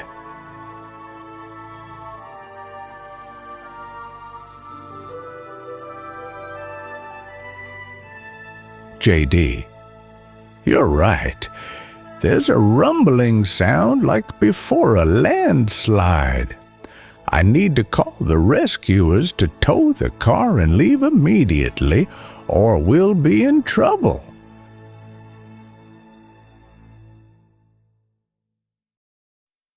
Scene 14. S.G. Police? Any news? No? I received a text from an unknown number an hour ago. Someone scheduled a meeting in the maestro's office. No, I don't know who sent the text. It's without a signature. I will call you back immediately when I find out something. Sorry, someone is knocking at the door. D. Seaman, what are you trying to find out? And to whom are you promising to call back? S.G. Oh my God, you're alive. What happened? J.D. What do you mean? S.G. Someone died at the boarding house, fell into a ravine, and I was guilty of thinking it was one of you. Why didn't you answer my frantic calls? The police came to the theater and your house. The musicians are all on edge. Your wife, Maestro, is in distress. The founder has everyone on their toes. And you didn't even suspect anything? D. Seaman, our little alarmist, why do you always choose the worst-case scenario from all possibilities? My phone has been with the boarding house concierge this whole time. I didn't even charge it there or in the car, so I have no idea about any problems. I asked the concierge to inform you about the meeting, and evidently he did since you're here, right? J.D., I left my phone in the car at the maestro's request, but then I didn't have time to get it. My fancy vehicle was buried in snow, and I sent for rescuers. D. That's enough, Seaman. This is where the bad news ends. And as for good songs, as you like to say, we have plenty. I reviewed the recording of the orchestra's rehearsal with the young conductor. Titan sounds much better. The musicians are beginning to understand who Mahler was, what music meant to him, and what funerals meant in general, as well as the hunter's funeral in particular. S.G. Why am I not surprised? The famous Jewish sense of guilt. Half of my family had the same diagnosis. Are you sure the hunter's funeral isn't bad luck? Our musicians say playing this music without a corpse is a bad omen. Adding to his terrible childhood in a large family, the loneliness in his own home, the rough and vulgar street where he spent all his time, and where he was constantly humiliated, were problems within his own family, disputes with his wife, her infidelities, which humiliated Mahler, and his forced consultations with Freud. S.G. Goodness, I hope Mahler's family was doing well. He quickly glanced at Maestro, realizing his tactlessness, and he fell silent. Des. Seaman, you know I love you, but please turn off Odessa for half an hour. We have a serious conversation. I've read a lot about the meetings between Freud and Mahler. What do you think, aside from professional interests, did they have in common? J.D. A passion for music? D. Number Seaman? S.G. Fear of life? D. Warm Seaman, bravo, the theme of death and immortality. Mahler was very afraid of death. More than physical death, he feared oblivion after death. He was worried he wouldn't have time to write his music, or even more monstrous, that people would forget his works. Mahler told Freud that he wanted to survive his death. For him, immortality meant striving to live not only in the present or the past, but also in the future, to live in the eternity of the spirit. His aspiration for an ideal state was constantly hindered by struggle and bustle. But life cannot be understood without suffering and death, and one's own death or the death of a loved one becomes tragic, and the loss of that particular person is irreparable. For Mahler, The death of his siblings, his father and mother, and the death of his 4-year-old daughter from diphtheria was a terrible ordeal, an irreparable loss. Mahler pondered, like Dostoevsky, who repeatedly tried to create a portrait of immortal life through the perceptions of his characters. Moreover, as you know, Dostoevsky practically lived through his death hour with a death cap on his head and was pardoned just a minute before execution. JD, I understand better now why the theme of the hunter's funeral comes up.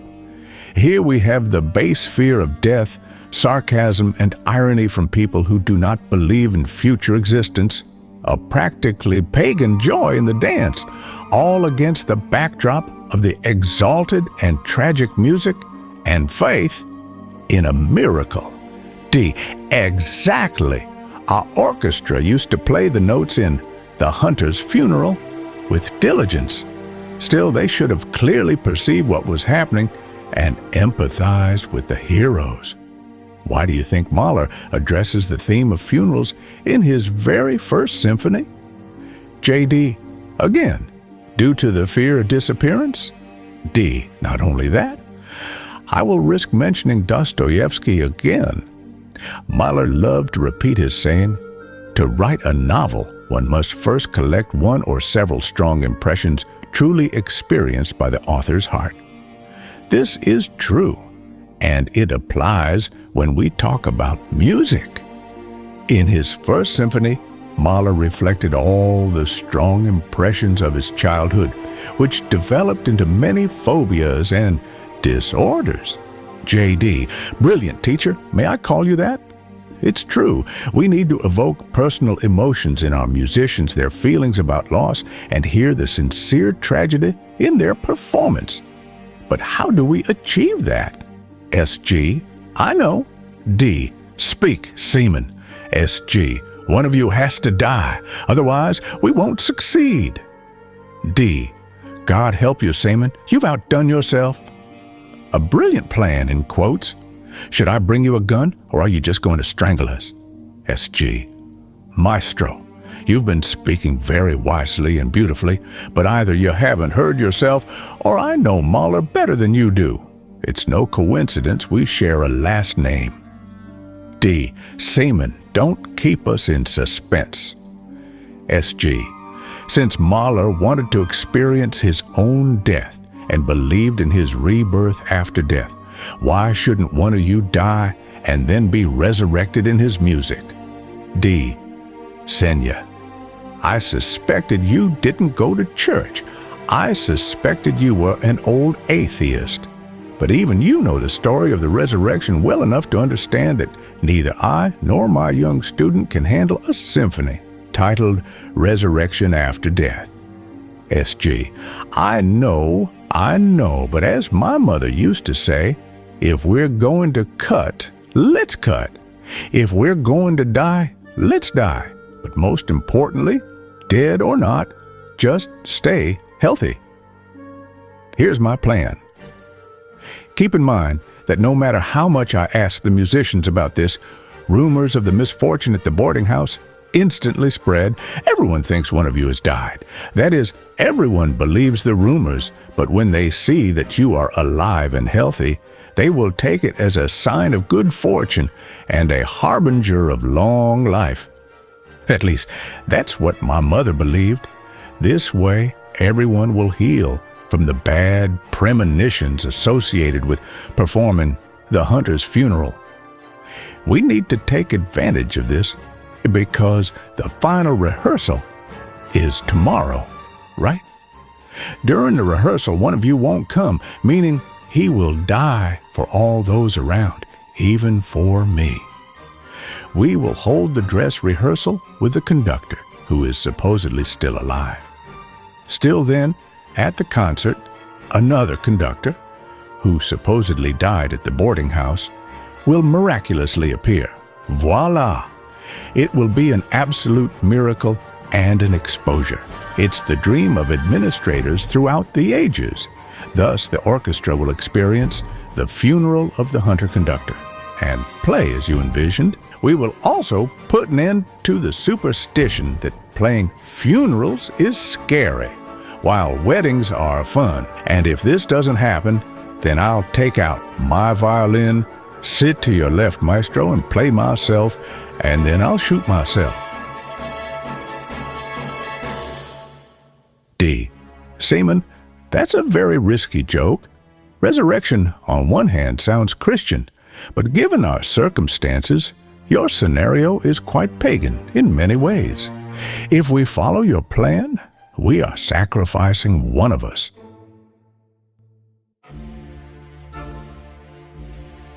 So that the music can sound with new energy.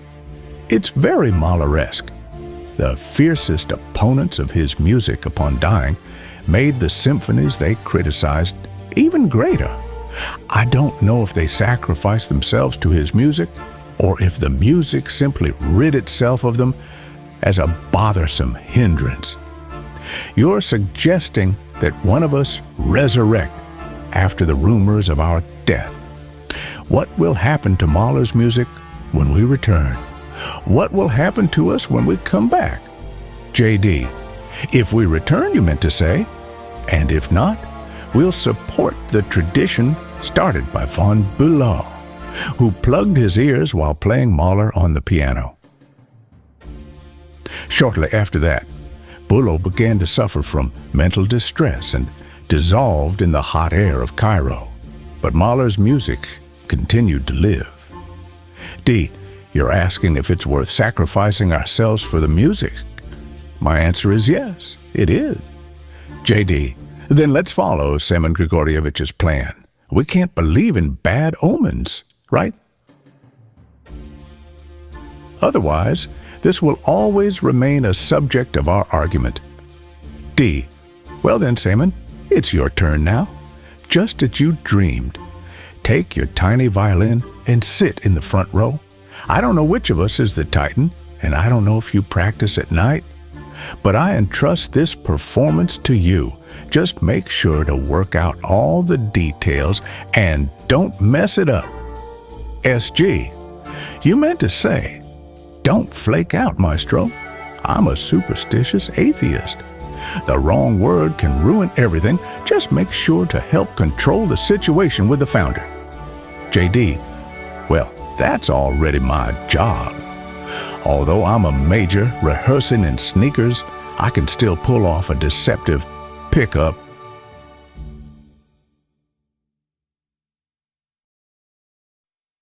Scene 15. General rehearsal. CM. Well, the most responsible day has finally arrived. The general rehearsal. Semyon Grigorievich is taking the parade. S.G. Am I supposed to check the dress code at the general rehearsal? Why are your musicians dressed like Odessa porters? In the uncultured West, today is called a dress rehearsal. Remember, a conductor without a tailcoat is like a doctor without a gown, and you look like orderlies without an enema. Do you catch my drift? Today, the costumes and performance must be as close as possible to tomorrow's premiere. What do we have here? A wedding? A funeral? Violinist. I don't want to make a pun, but it's definitely not a wedding. More like a funeral. Our mood is funeral, and we're playing a funeral, and we're rehearsing a funeral. Cello, the musicians are upset about the maestro's death. S.G. I hope they understand that these are just unverified rumors, and the police are conducting an investigation. Cello. They all understand, but premonitions are a powerful thing. Brass. Over the last rehearsals, we've felt that it was specifically the maestro who infused the hunter's funeral with interpretation. The orchestra finally began to sound, but now it seems that it's of no use to anyone. S.G. Explain. Brass. Who will appreciate our performance now without the maestro? S.G. Are you serious? And the maestro, wherever he is now, do you think Mahler himself wouldn't hear it and appreciate it? Violinist. Semen has completely lost his mind from grief. Cello. Quite seriously, the interpretation of Mahler's symphony, as the maestro heard it, has been left with him. I understand that the young conductor has his own thoughts on this. He is a creative, modern, and thoughtful person. He has his own music in his head and his own vision. But the maestro is our titan, the nerve of the orchestra, the foremost interpreter of this music. S.G. And how long have you been coming to such correct conclusions? A month ago, the maestro was ready to shove his conducting baton up some musicians' backsides. In contrast, the others smiled, watching the maestro struggle against the cynics sitting at their music stands. Violinist. Semen Grigorievich.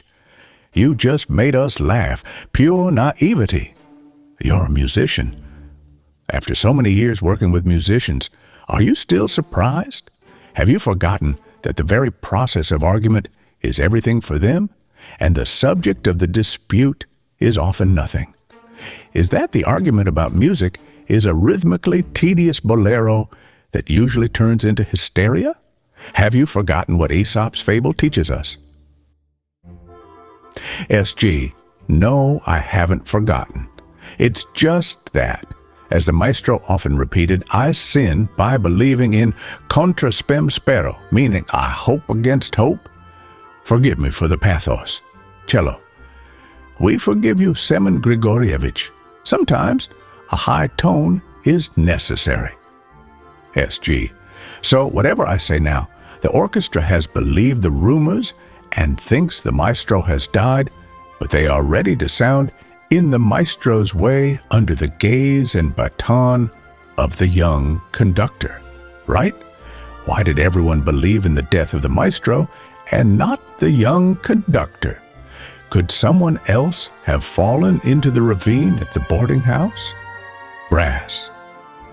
Semen Grigorievich, according to the plot and harmony, it had to be the maestro. Who would think that the athletic young conductor, speeding on his sports car at top speed without a single accident, with a phone in one hand and music at full volume, who constantly skis with girls, could slip and fall into a ravine out of nowhere? Isn't that right? S.G. So the maestro's death is more real and tragic for you? Violinist. Seaman. Don't nitpick on words. We understand quite a bit about life. When there's no hope, there simply isn't any. When there's no black cat in the room, you can't put one there. And you can't drive the escaping audience back into the hall. Don't try to bolster our fighting spirit. Everyone is already set to play for real. The maestro would be pleased. S.G. Well then, let's go to the hall. Semen Grigorievich. So, who will conduct the orchestra? Cello. I see legs in slightly short jeans and sneakers on bare feet from behind the screen. S.G. I had a feeling that the maestro would concede to J.D. and choose just such an ending. Violinist. I told you, Semen Grigorievich. S.G. My God, it's the maestro. It's you. Those jeans and those terrible sneakers suit you.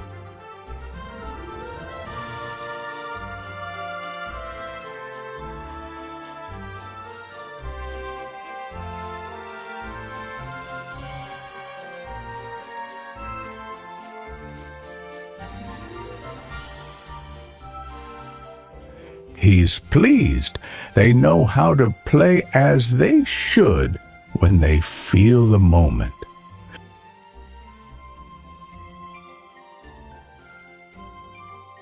Well, what about you, namesake Mahler? What does it matter to the audience how we achieve this, right? After all, you, Gustav, once gave everything to get to Vienna and stand at the podium of your orchestra performing your music precisely as you envisioned it.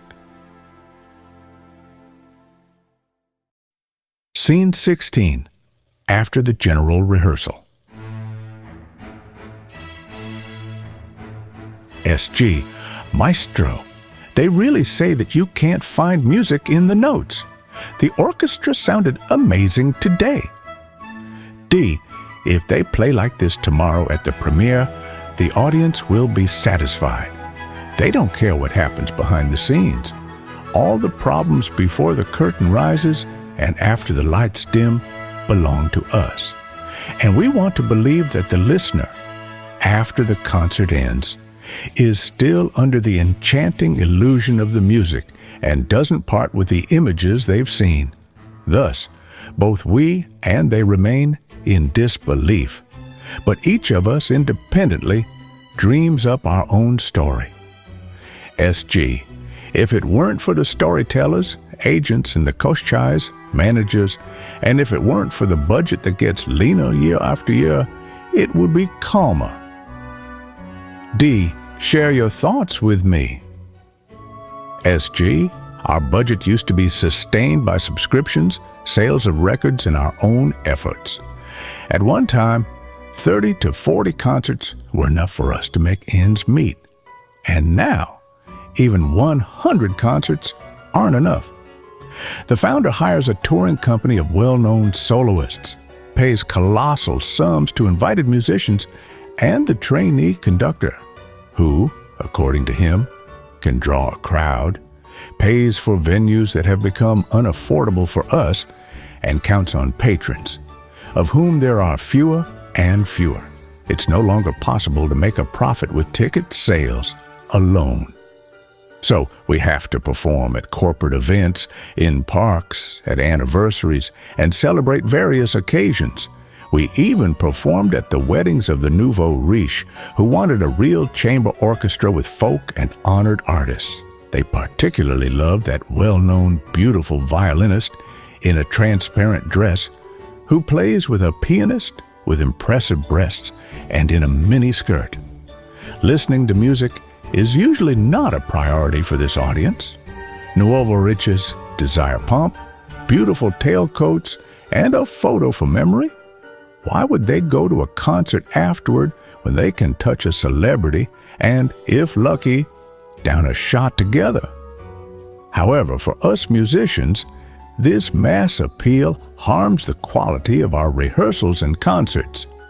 The musicians get tired of these endless gigs, and on top of that, we have to work on such complex material.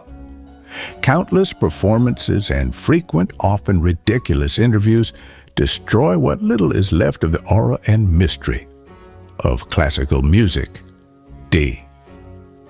After the founder said we were losing money on every ticket sold, I suggested he hold concerts for free instead of performing in half-empty halls or distributing hundreds of comp tickets. It's better to attract an audience that wants to attend a concert but can't pay for tickets than to sell tickets at exorbitant prices to snobs trying to recoup all expenses. By the way, all the expensive productions at the Metropolitan Opera are broadcast to the public on a large screen with good sound and equipment during performances in the square in front of the theater.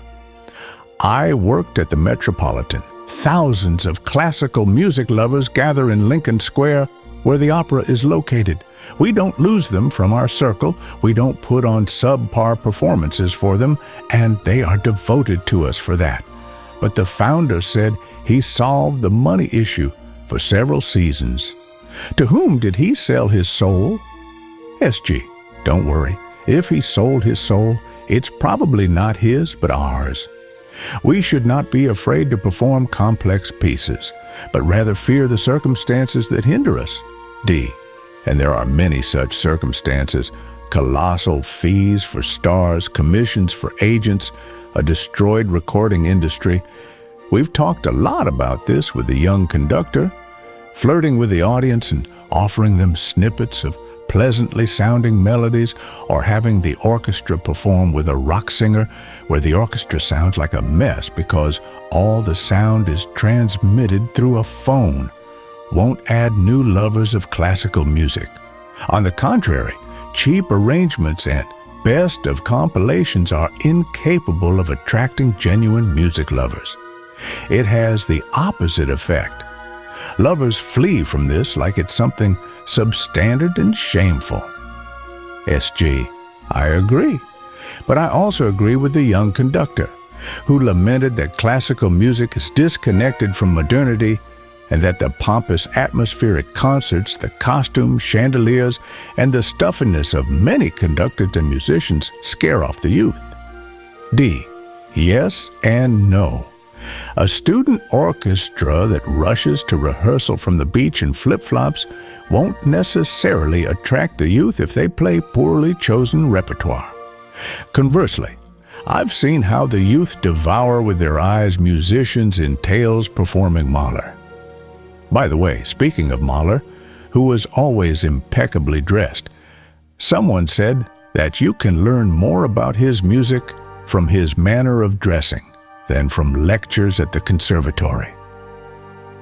SG, why does Mahler's music, which almost disappeared in the 1940s and 1950s, remain in the spotlight and is still relevant? I've been following conductors and orchestras performing his works for many years. Besides, we share a surname and we have very similar fates. Mahler once said that he was a threefold homeless man, a Jew without a homeland and speaking German. Besides the language and his talent, I have the same sorrowful feelings when I look back at my life. D. Mahler is even more modern now than many contemporary music popularizers. In this, I agree with the young conductor. Mahler invented his own formula in music. He believed that a composer's talent must sacrifice everything and try everything to achieve one single goal: composing and interpreting music as the talent feels. Mahler sacrificed everything that stood between him and the coveted podium of the Vienna Orchestra. And upon achieving that and standing on the podium, he gained unprecedented power over music performance. Everything that hindered him, he ruthlessly crushed. There were no small matters for him. He strictly controlled all the details of his productions, the quality of costumes, lighting, ticket prices, and the behavior of the musicians and the audience, for example, forbidding aristocrats and honored guests from being late, talking, eating, or drinking in the boxes during the performance. But anything outside of music didn't interest him, and he allowed any compromises. At the same time, despite his unlimited power, he never specified tempos in the score, limiting himself to advice for the conductor. He never wrote how long his works should sound. Mahler himself never performed his pieces at the same tempo or interpretation twice. He found it boring to repeat himself. Mahler didn't even prescribe the timing, allowing conductors the opportunity to delve deeper into the work. SG, you often repeated his words, Maestro, interpret my music as you feel it at this moment. D. Mahler was the Einstein of music. Einstein, who was not a bad musician himself, invented the theory of relativity. In contrast, Mahler invented a theory of relativity in music, compressing or accelerating the tempo and nuances of musical works, thus achieving various moods or emotions from listening to the pieces. His brilliant musical formula of relativity lies in the ambiguous perception of a musical work depending on the rhythm, tempo, and interpretation. All of Mahler's works are contemporary because they are life itself.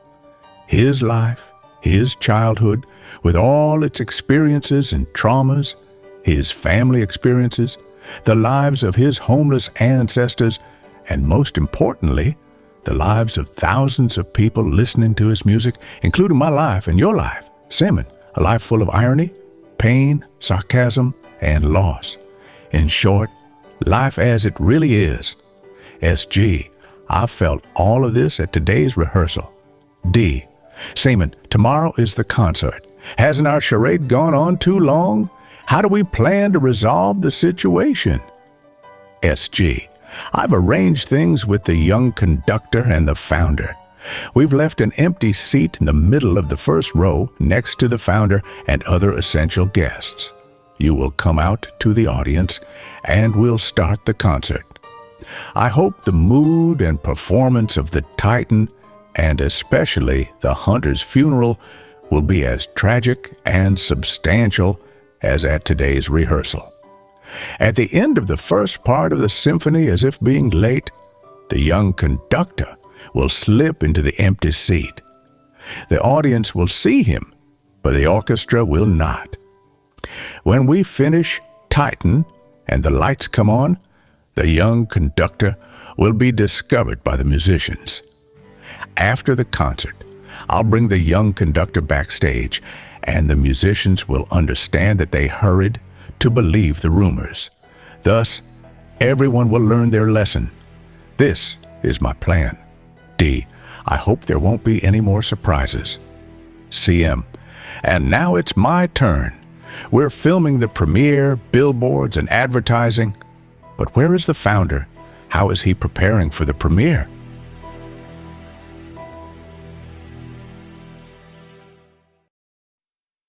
Scene 17. The Founder's Dream.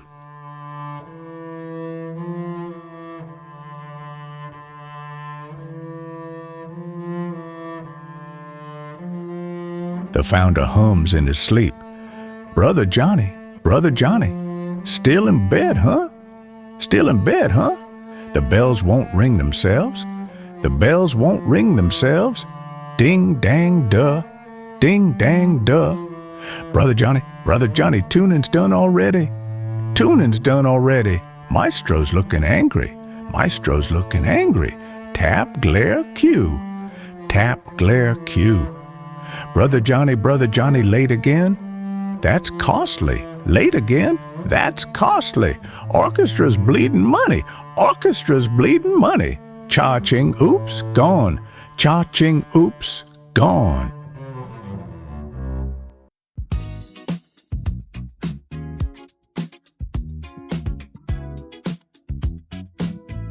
F. Semen Grigorievich, what's happening? Our maestro is even talking like his favorite Mahler. Mahler also spoke in a baritone when he was calm, and when he got nervous, he switched to tenor. Sometimes the maestro even shrieks in a soprano. Is he still having doubts about something? Yes, we have money. What? Is it not about the money? The young conductor told me that it wouldn't hurt to modernize the repertoire. To engage the youth with music, they need a connection, a foothold in their own world.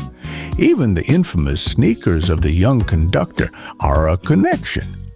My daughter says that Mahler is cool because Beyoncé, you see, is his distant great niece.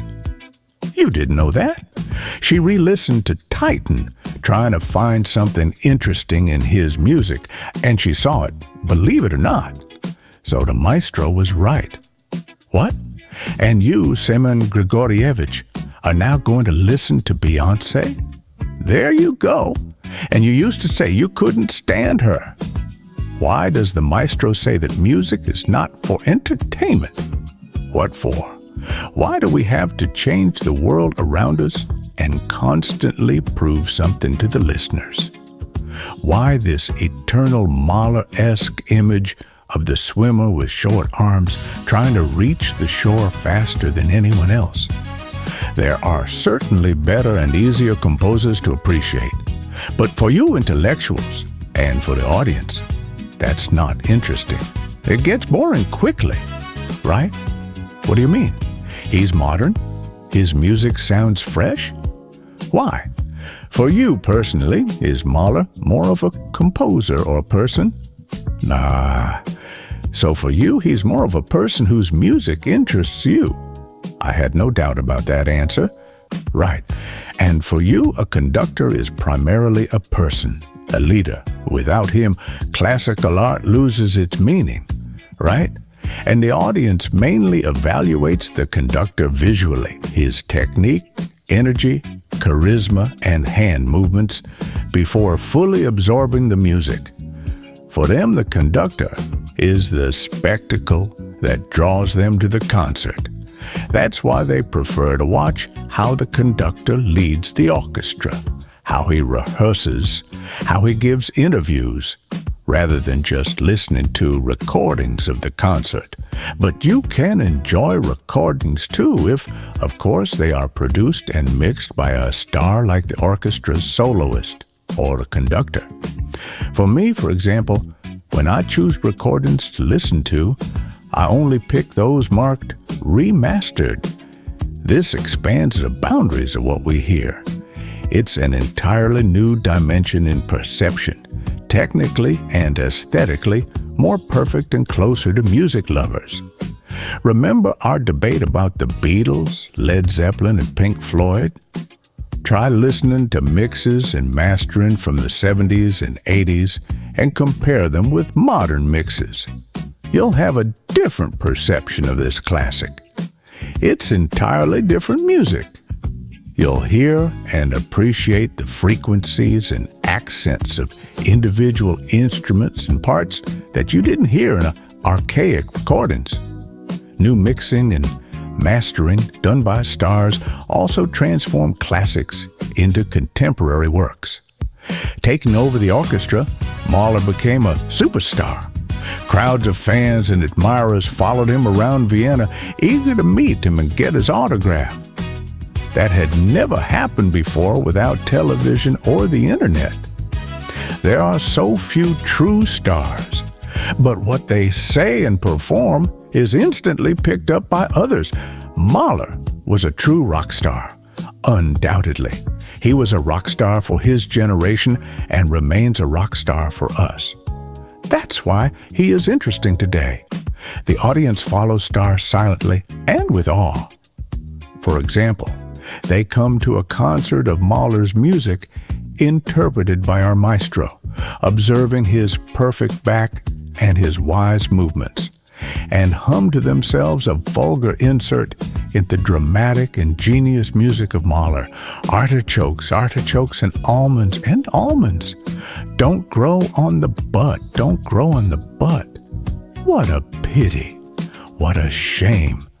And along with the artichokes, they unknowingly get a serious kick, as my daughter puts it, and the more attentively they listen, the more frightening the truth of what they heard becomes, and the more they want to listen to that truth over and over again. Our Titan, our maestro, is undoubtedly a star when he performs what he wants and exactly how he wants to hear the music. So why interfere with him? Brother Johnny, still in bed, huh? Still in bed, huh? Brother Johnny, Brother Johnny, still in bed, huh? Still in bed, huh? The bells won't ring themselves. The bells won't ring themselves. Ding, dang, dong.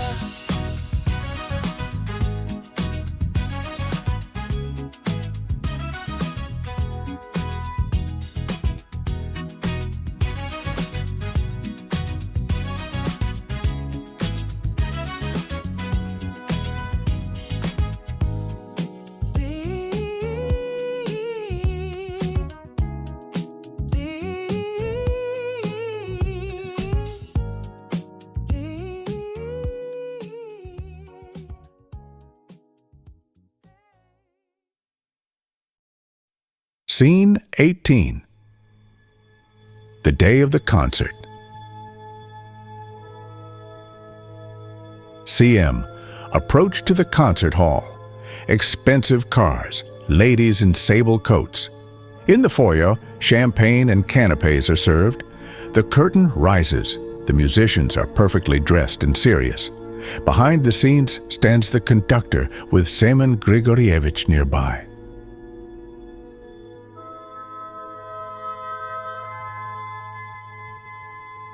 The conductor walks steadily toward the podium. He notices the empty seat in the front row.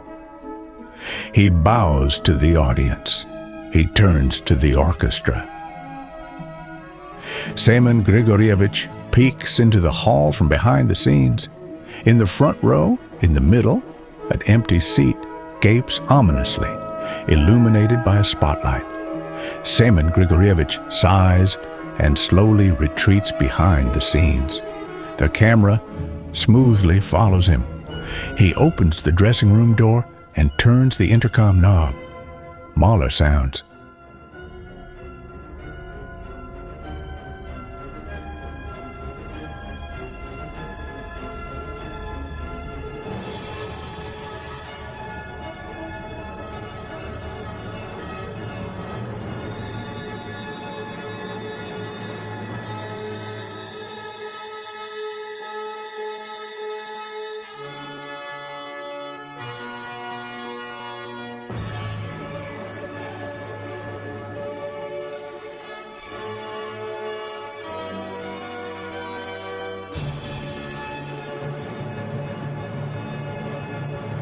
Semyon sighs again, this time heavily.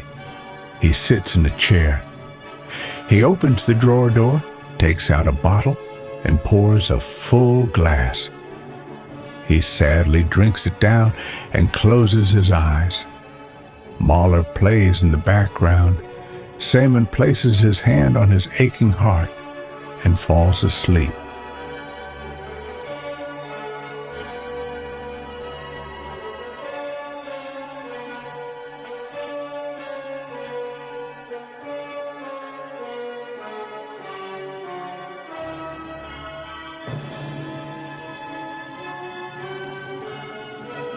Semyon Grigorievich opens his eyes.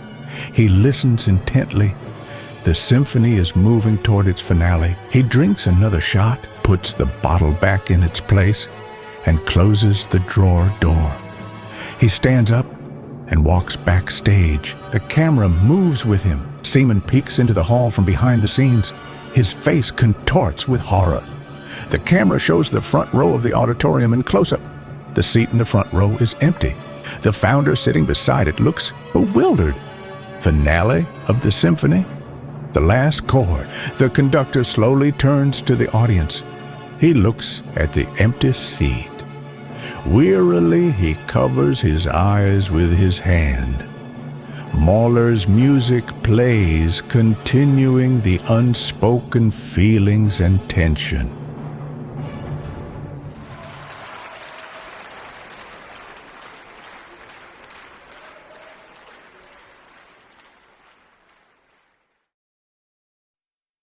Scene 19. D. Did I understand everything correctly from our last conversation with the young conductor in the car before the snowstorm? I clearly remember his voice. J.D. It seems that Mahler had a love-hate relationship with death, music, and family, meaning he needed them, loved them, hated them, and felt guilty about them all at the same time. D.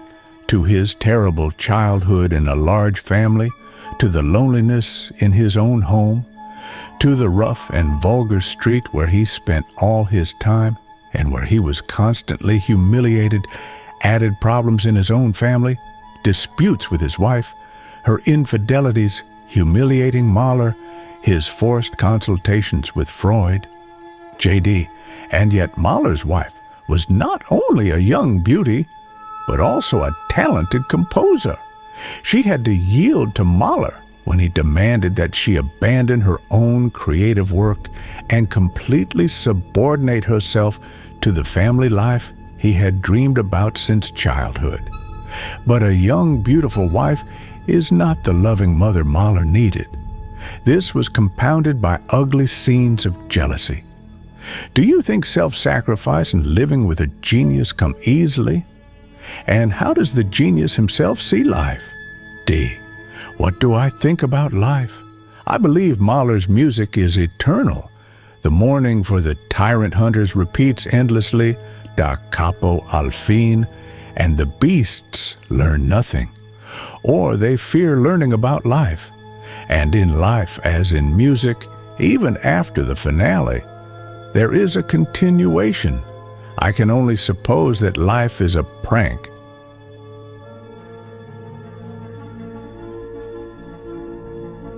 I have only now heard what the young conductor was trying to tell me when he read his poem about sonata form, creative doubts, the wonders of improvisation, and his relationship with music.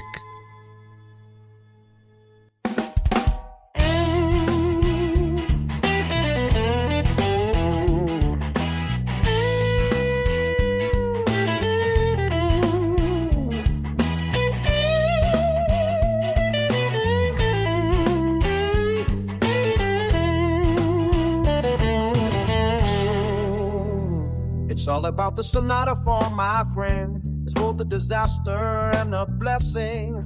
The prologue sets fate in motion. The prologue in the sonata is a hard worker. In the prologue, the main melody struggles with the secondary theme. In the prologue, the title part has not yet become habitual. It's all about the sonata form, my friend. The sonata is a capricious lady. There are no more well-known forms in the world where drama is expressed through music. In the sonata, there's no rhythmic text. The title melody rhymes with the verse, and if it is talented, then the development will also conclude on time. It's all about the sonata form, my friend. The development leads to the goal out.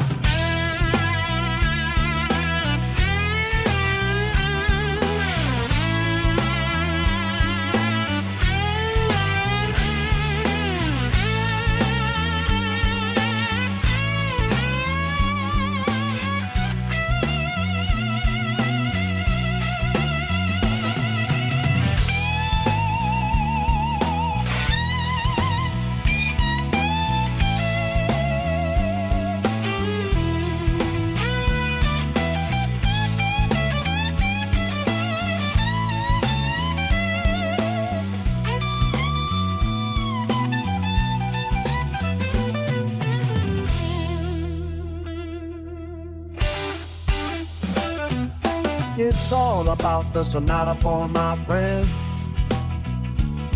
The development leads to the coda. The recapitulation is a powerful prologue. When freedom departs from melody,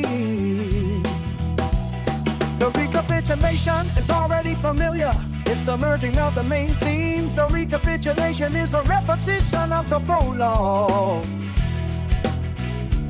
And we knew this in advance. It's all about the sonata form, my friend. But suddenly, if the coda is not a repetition, it will sound like a creative trick. And this gives rise to doubt. Doubt is a splinter in the follow that sounded gentle. You can sense the ending, but predicting it is useless.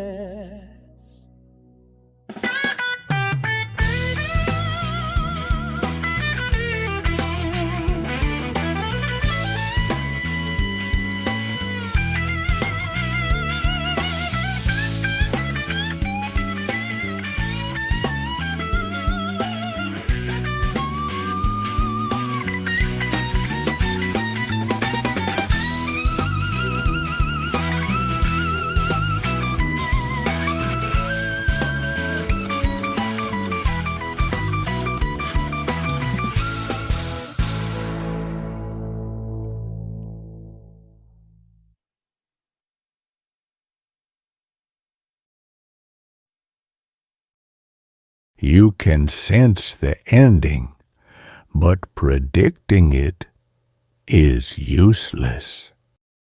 The end